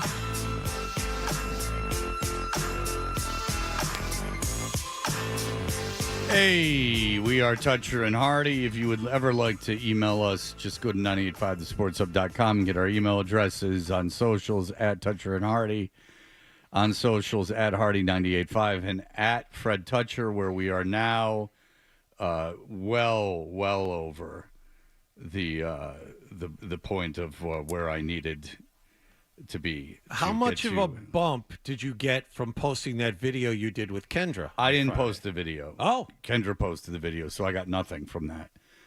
Kendra asked me to do a video, and I thought it was going to be the video that you guys did. Yeah. Where you react to the things that she'd gotten. But she said no, she wanted to do a trend where they play What's Going On, that dumb song, What's Going On, but the rap version of it. So the younger woman, I guess it's all a play on how old I am.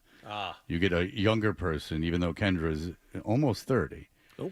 But I guess a quote-unquote younger person, and you get her on the camera, and then the old man comes on, or the old woman comes on, and they're supposed to rap the part. Now, I was in a situation where I didn't want to say no because I had agreed to do something with Kendra, but I was certainly not going to lip-sync a rap song. So I didn't even know the concept of it. I just looked around like I didn't know what was going on. And I guess it fit the concept of it without my knowledge because it made me look old, which was sort of my intention. Where did she post it? Because I didn't see it on her Instagram. Was it TikTok? I don't know. She tagged my daughter in it, but she didn't tag me. It's rude. Did you get any juice from, didn't Milo send you some pictures from the Thursday night game? Did Yeah, you post those? and Milo's picture from the Thursday night game was taken by NBC Sports, and I keep having friends send it to me from, other places. That photo was used. I had a friend send it to me. I was asleep last night, but I got up this morning. There was a picture of him that was used in, the Devin McCourty podcast. Now, they're not talking about him or the picture. They're just using the picture as, when they talk about the game, and it's Gonzalez coming out, and my son is you can see him because he's tall. He's the one that is most prominent in the photo that's in the crowd. So they're using that a lot. But I did get response, but I did not get a real bump. It's almost like Kendra deliberately didn't tag me or invite me as a collaborator. Oh boy! Because she didn't want any of that juice getting to me. You know I don't know what about I'm saying? all these news outlets using your kid's photo without permission, though. It's not my photo. No, but you said it's not his photo. Oh, okay. It's an NBC Sports photo, Okay. so they have every right to use it. So it's not me. No, I've had people ask for permission to use something that I've used online before. But no, this was not something where that's necessary. It's no incredible picture or anything. It's just, but Josh Fowler sent it to me, at 5:30 in the morning when he gets in to do the Zolak and Bertrand show. Yeah. When he gets in at 5:30 in the morning for no reason to He would start get it. preparing for that. Oh man! There's a Kendra-related email here. I'm well aware of Kendra's picks from Friday. Now, I've been riding the Kendra picks going back 2 weeks now, 4-0, and then I think 2 of them hit the following week. This past weekend, not so great. The Jacoby Myers anytime touchdown, the Commanders plus 2.5, Kansas City minus 3.5, a Freiermuth anytime TD. I didn't lose everything that I had won because I actually scaled back a little bit. Those anytime touchdown props have not been good to me, so I was a little gun shy in terms of the amount I bet on those. Well, I've lost every football bet I've made since week 1. Literally every one. Now, I haven't been gambling a lot, but I put 3 bets on the Lions game. I mean, who thought that? I mean, it wasn't even that the Lions were going to win. It was just prop bets and crap. And what do I know? And by the way, since we've mentioned Kendra twice, Ryan had put on the whatever the hell we can communicate with ourselves through. Slack. Slack, yes. that Kendra has ran afoul of Barstool. Yes. And I don't know what she said, but apparently she 6 years ago asked if she could be an intern, which is being thrown in her face. So Owned. It seems almost like a Watergate situation. Mic drop. It's almost like the Epstein files, really. All I saw was that Portnoy put something out that said she wanted to be an intern, and I was like, oh, that's interesting. She works here. And then I saw it was from 2020, and I went, oh, okay. Well, got her there. like, I don't really Wow. know. Wow, she seems obsessed with you. I don't really know. But you say, Fred, you're being vague. You don't know. You do know everything. No, I assure you I don't. It was on the information that we share with each other as a show. Ryan put something that Portnoy, it wasn't anything mean, just Portnoy had put a screenshot that he somehow still had. You would figure Portnoy would have 7 million DMs in there. But I guess in 2020, she had DM'd Barstool about being an intern. And then I saw it and I was like, I don't know what this proves. If she had said something negative about Barstool, and I really don't know what she said, nor do I care at all. I'm not on Twitter. This is precisely why. But if the pushback is 6 years ago you tried to be an intern, I don't know what that proves or how that makes anyone look bad or good. But here we are. And the guy was just on the CBS Sunday Morning thing. So, I mean, he's incredibly popular. So I guess you got to tip your cap to Kendra for being so memorable that there's a DM from 6 years ago that says, I'd like to be an intern this summer. I don't know. All right. Other than she was quite old to be an intern. I mean, that's no Isaac. You get them when they're Isaac's age, and then you can mold them, you know? Have you heard from young Isaac at all over these years or last year or so? Yeah, I mean, I don't hear from him. I mean, I hear on the news and, in industry trades about his rise. He's back at Hofstra, right? And he's also in Living with Your Grandmother Quarterly a lot. Oh. Because of his situation at Hofstra where he resides with his grandmother. That kid, it's like Animal House. It's like Animal House if you lived with your grandmother. But that's how Hofstra is. I'm going back 6 years in my DMs just to see who's in there. Let me tell you something. It's not bad. Maria Stefanos. Hey. How about that? Alex Jacob, former Jeopardy champion. No big whoop. DJ Bean. Well. So I'm doing okay, too. Yeah. Mark Capello. Oh, boy. All right. Like on my Instagram stuff, unless I follow you, I don't even have, and this is more, I just wouldn't have the wherewithal to know if you had ever DM'd me. Because you have to put, then once you accept the message, you have to accept it, and then they get funneled into another mailbox, and that causes confusion. Did you delete your Twitter account altogether, other than your burner, of course, or burners, I should say? Did you delete the Fred Toucher account, or is it still there, you just don't access it? Whatever measures could be taken that it's no longer on the internet, I've taken, but I don't know if you can still find it. Oh. It might still be up there. I don't know. But no, I don't even have a quote-unquote burner anymore. In the way that it is, in a lot of the stuff that we send in Slack are tweets because they're like videos of something. Now, I can look at them, but I can't look at the comments. So, for instance, when I saw the Portnoy comment about Kendra, I had no context because I can't go back and look at responses or replies or anything, which I prefer. Like, I've never been doing, first of all, I don't think I need Twitter for my career. It is what it is at this point. Twitter ain't going to help it. And then second of all, it certainly can't get any worse. And then second of all, I've never been like watching a game or something and said, what are people saying about this? I need to know what people are saying about this. Like, that's never happened. I don't see any Fred Toucher account anymore. I see tired Fred Toucher, and tweets are, I'm so tired. Ugh, so tired. So exhausted. Well, that's not fair. They're reading my mind. Dreading tomorrow morning. Fred Tie. How old are these? 2018 was the last time tired Fred Toucher tweeted. That's right when I asked to be an intern at WROR. I have a brief email. Don't use that against me. I have a brief email to share. Just from fake Blind Scott was worried that since the appearance, we haven't heard from real Blind Scott. He was afraid that he's scared away. All right, Blind Scott, hello. That's not the case, clearly. Oh, hey, Fred, I thought this was a good time to ask you if I could do an internship on the summer internship program since we're talking about Dave Portnoy. I've been down in the trenches in the Kendra Middleton beef on the internet defending her honor. What happened yesterday was the Barstool Sports crowd came all over her after. I find that very difficult to believe. That's gross.